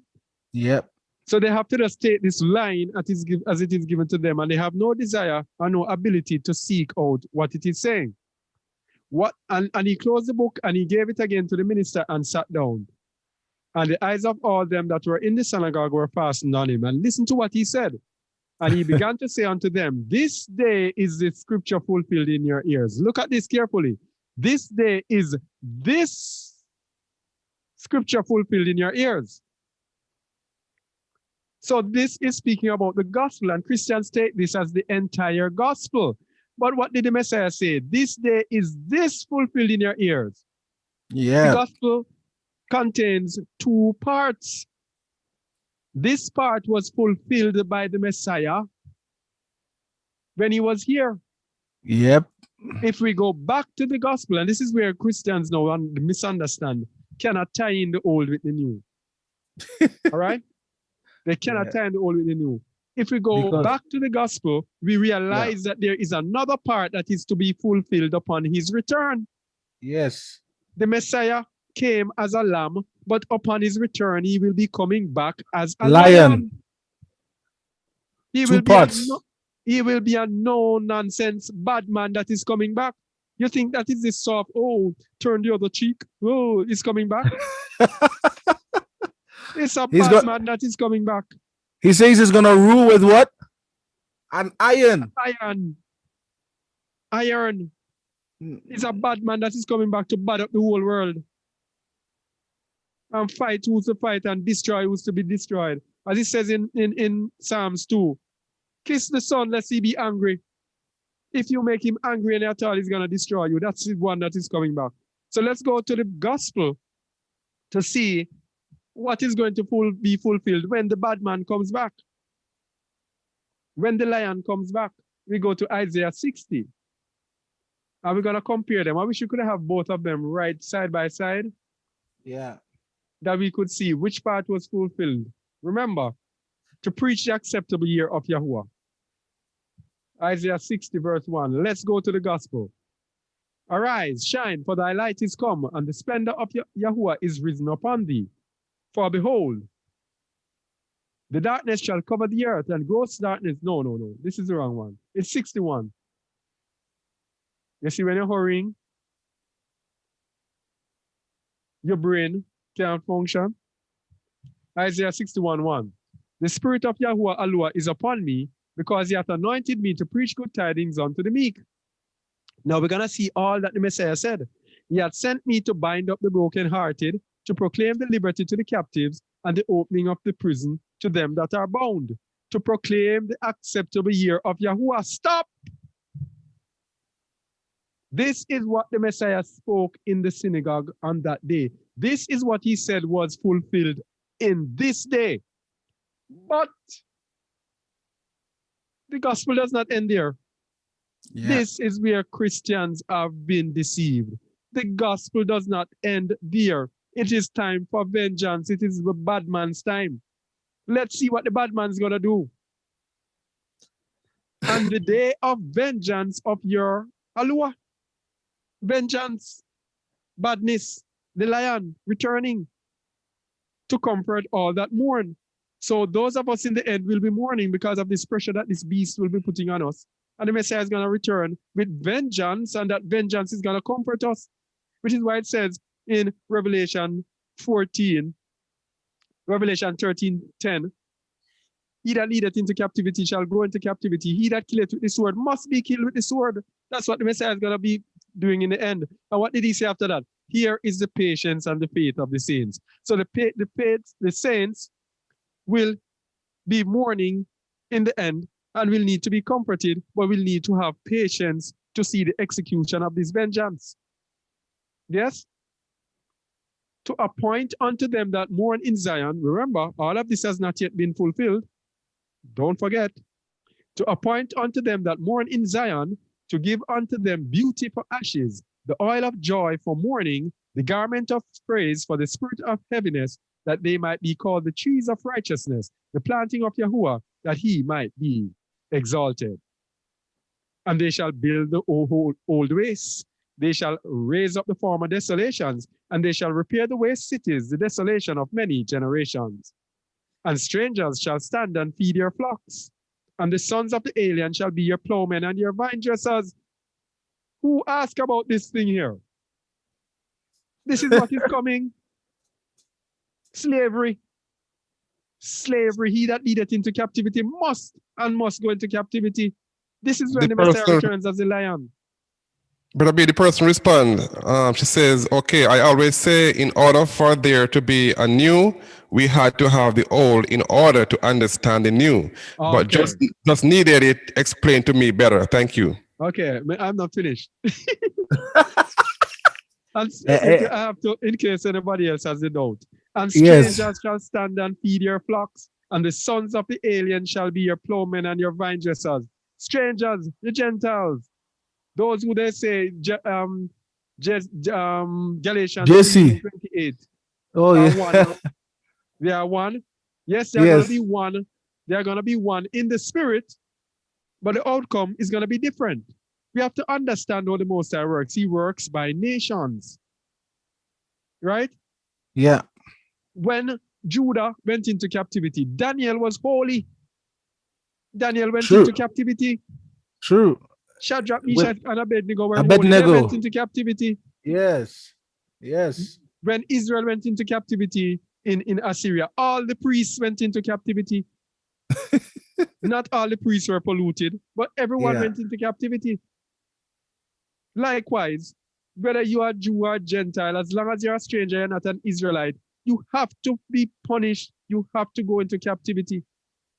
That's just how it is. All right? Yeah. And look at the difference. Strangers shall stand and feed your flocks, and the sons of the aliens shall be your plowmen and your vine dressers. But ye shall be named the priests of Yahuwah. There's a different treatment for Israelites. That's what I'm telling you. A peculiar people, Yes, royal priesthood. because we have already suffered. It's not by us, We have been suffering for hundreds of years. So now we get our rest. And they who have had their rest for hundreds of years are now going to get their punishment. He's a righteous. Malua is righteous. He do what is right. Righteous judgment. Yes. Men shall call you the ministers of our Alua. Ye shall eat the riches of the Gentiles, because they shall be tributaries to us, and they shall feed us. They shall build everything for us, and they shall be farming for us, etc. And in their splendor shall ye boast yourselves. For your shame ye shall have double, and for confusion ye shall rejoice in their portion. Therefore in their land they shall possess the double, everlasting joy shall be unto them. And just as what Wayne says, verse 8 says, for I, Yahuwah, love judgment. I hate robbery for burnt offering, and I will direct their work in truth, and I will make an everlasting covenant with them. And their seed shall be known among the Gentiles. The problem we are seeing here with many of these churchgoers, they were misled, and some of them were told that they will be going up into heaven. So when they hear all these things, it sounds very strange to them. So if they are going to go up in heaven, why the Messiah is going to come back down? Yep. And not only that, the fact that they have the assurance that they're going into heaven, they didn't think that they have to read and search any of these things or understand these things. Yeah. Yep. The leaders keep them blind. Yes. Verse 9, and their seed shall be known among the Gentiles. So you that Galatians 3:28, the Gentiles are going to know that this is the offspring of Jacob. There's going to be a linear, a separation. All the Gentiles are going to know, hey, he's an Israelite. That is an Israelite. Yes. You're not going to be same, Gentiles. You cannot be the same with us. And their offspring among the people. All that see them shall acknowledge them that they are the seed which Yahuwah hath blessed. Yes. This is the generation. This is the family that Yahuwah has blessed. The Gentiles, you're not going to be equal with us, please. You can bring Galatians 3:28 and whatever Jew, Gentile, John 3:16, precept upon precept tells you that that is not what it's saying. There's actually another passage in Deuteronomy that speaks about how Yahuwah is going to make their fame spread all over the people. The people will know them. They will know that these are really the sons. And that's why the Gentiles are trying so hard to say it's not important what color they are. It's not important who they are. You know, all we got to know is that we are all one now. We are made one through JC, that lawless Messiah. All right. So let me see if we can finish this. Let me see if we can finish this right now. Okay. All right. Thank you once again for watching. It's been a long program, but I think should be worth it in terms of the substance that has been given to us today by the Most High. So thank you once again for watching. This is Khazak Aliyahu Yasharal from Just a Word. You can check us out. You can see the scrolling on Just a Word Radio. This is our 24/7 radio program. All right. You will hear me and you will hear Brother Khazak. You hear Brother Wayne. You hear Sister Kerry. You will hear us here at Just a Word throughout the day. Check us out. My program is a morning program, Mondays to Fridays from 7 a.m. till 12 p.m. And Brother Shamuel, his program is from 3 p.m. in the afternoon to I think about 6 p.m. Eastern time. All right. So thanks for watching. Please like, share, subscribe if you have not yet. Comment. We would love on our videos. Okay. So until next time, shalom. Thank you for making it just a word.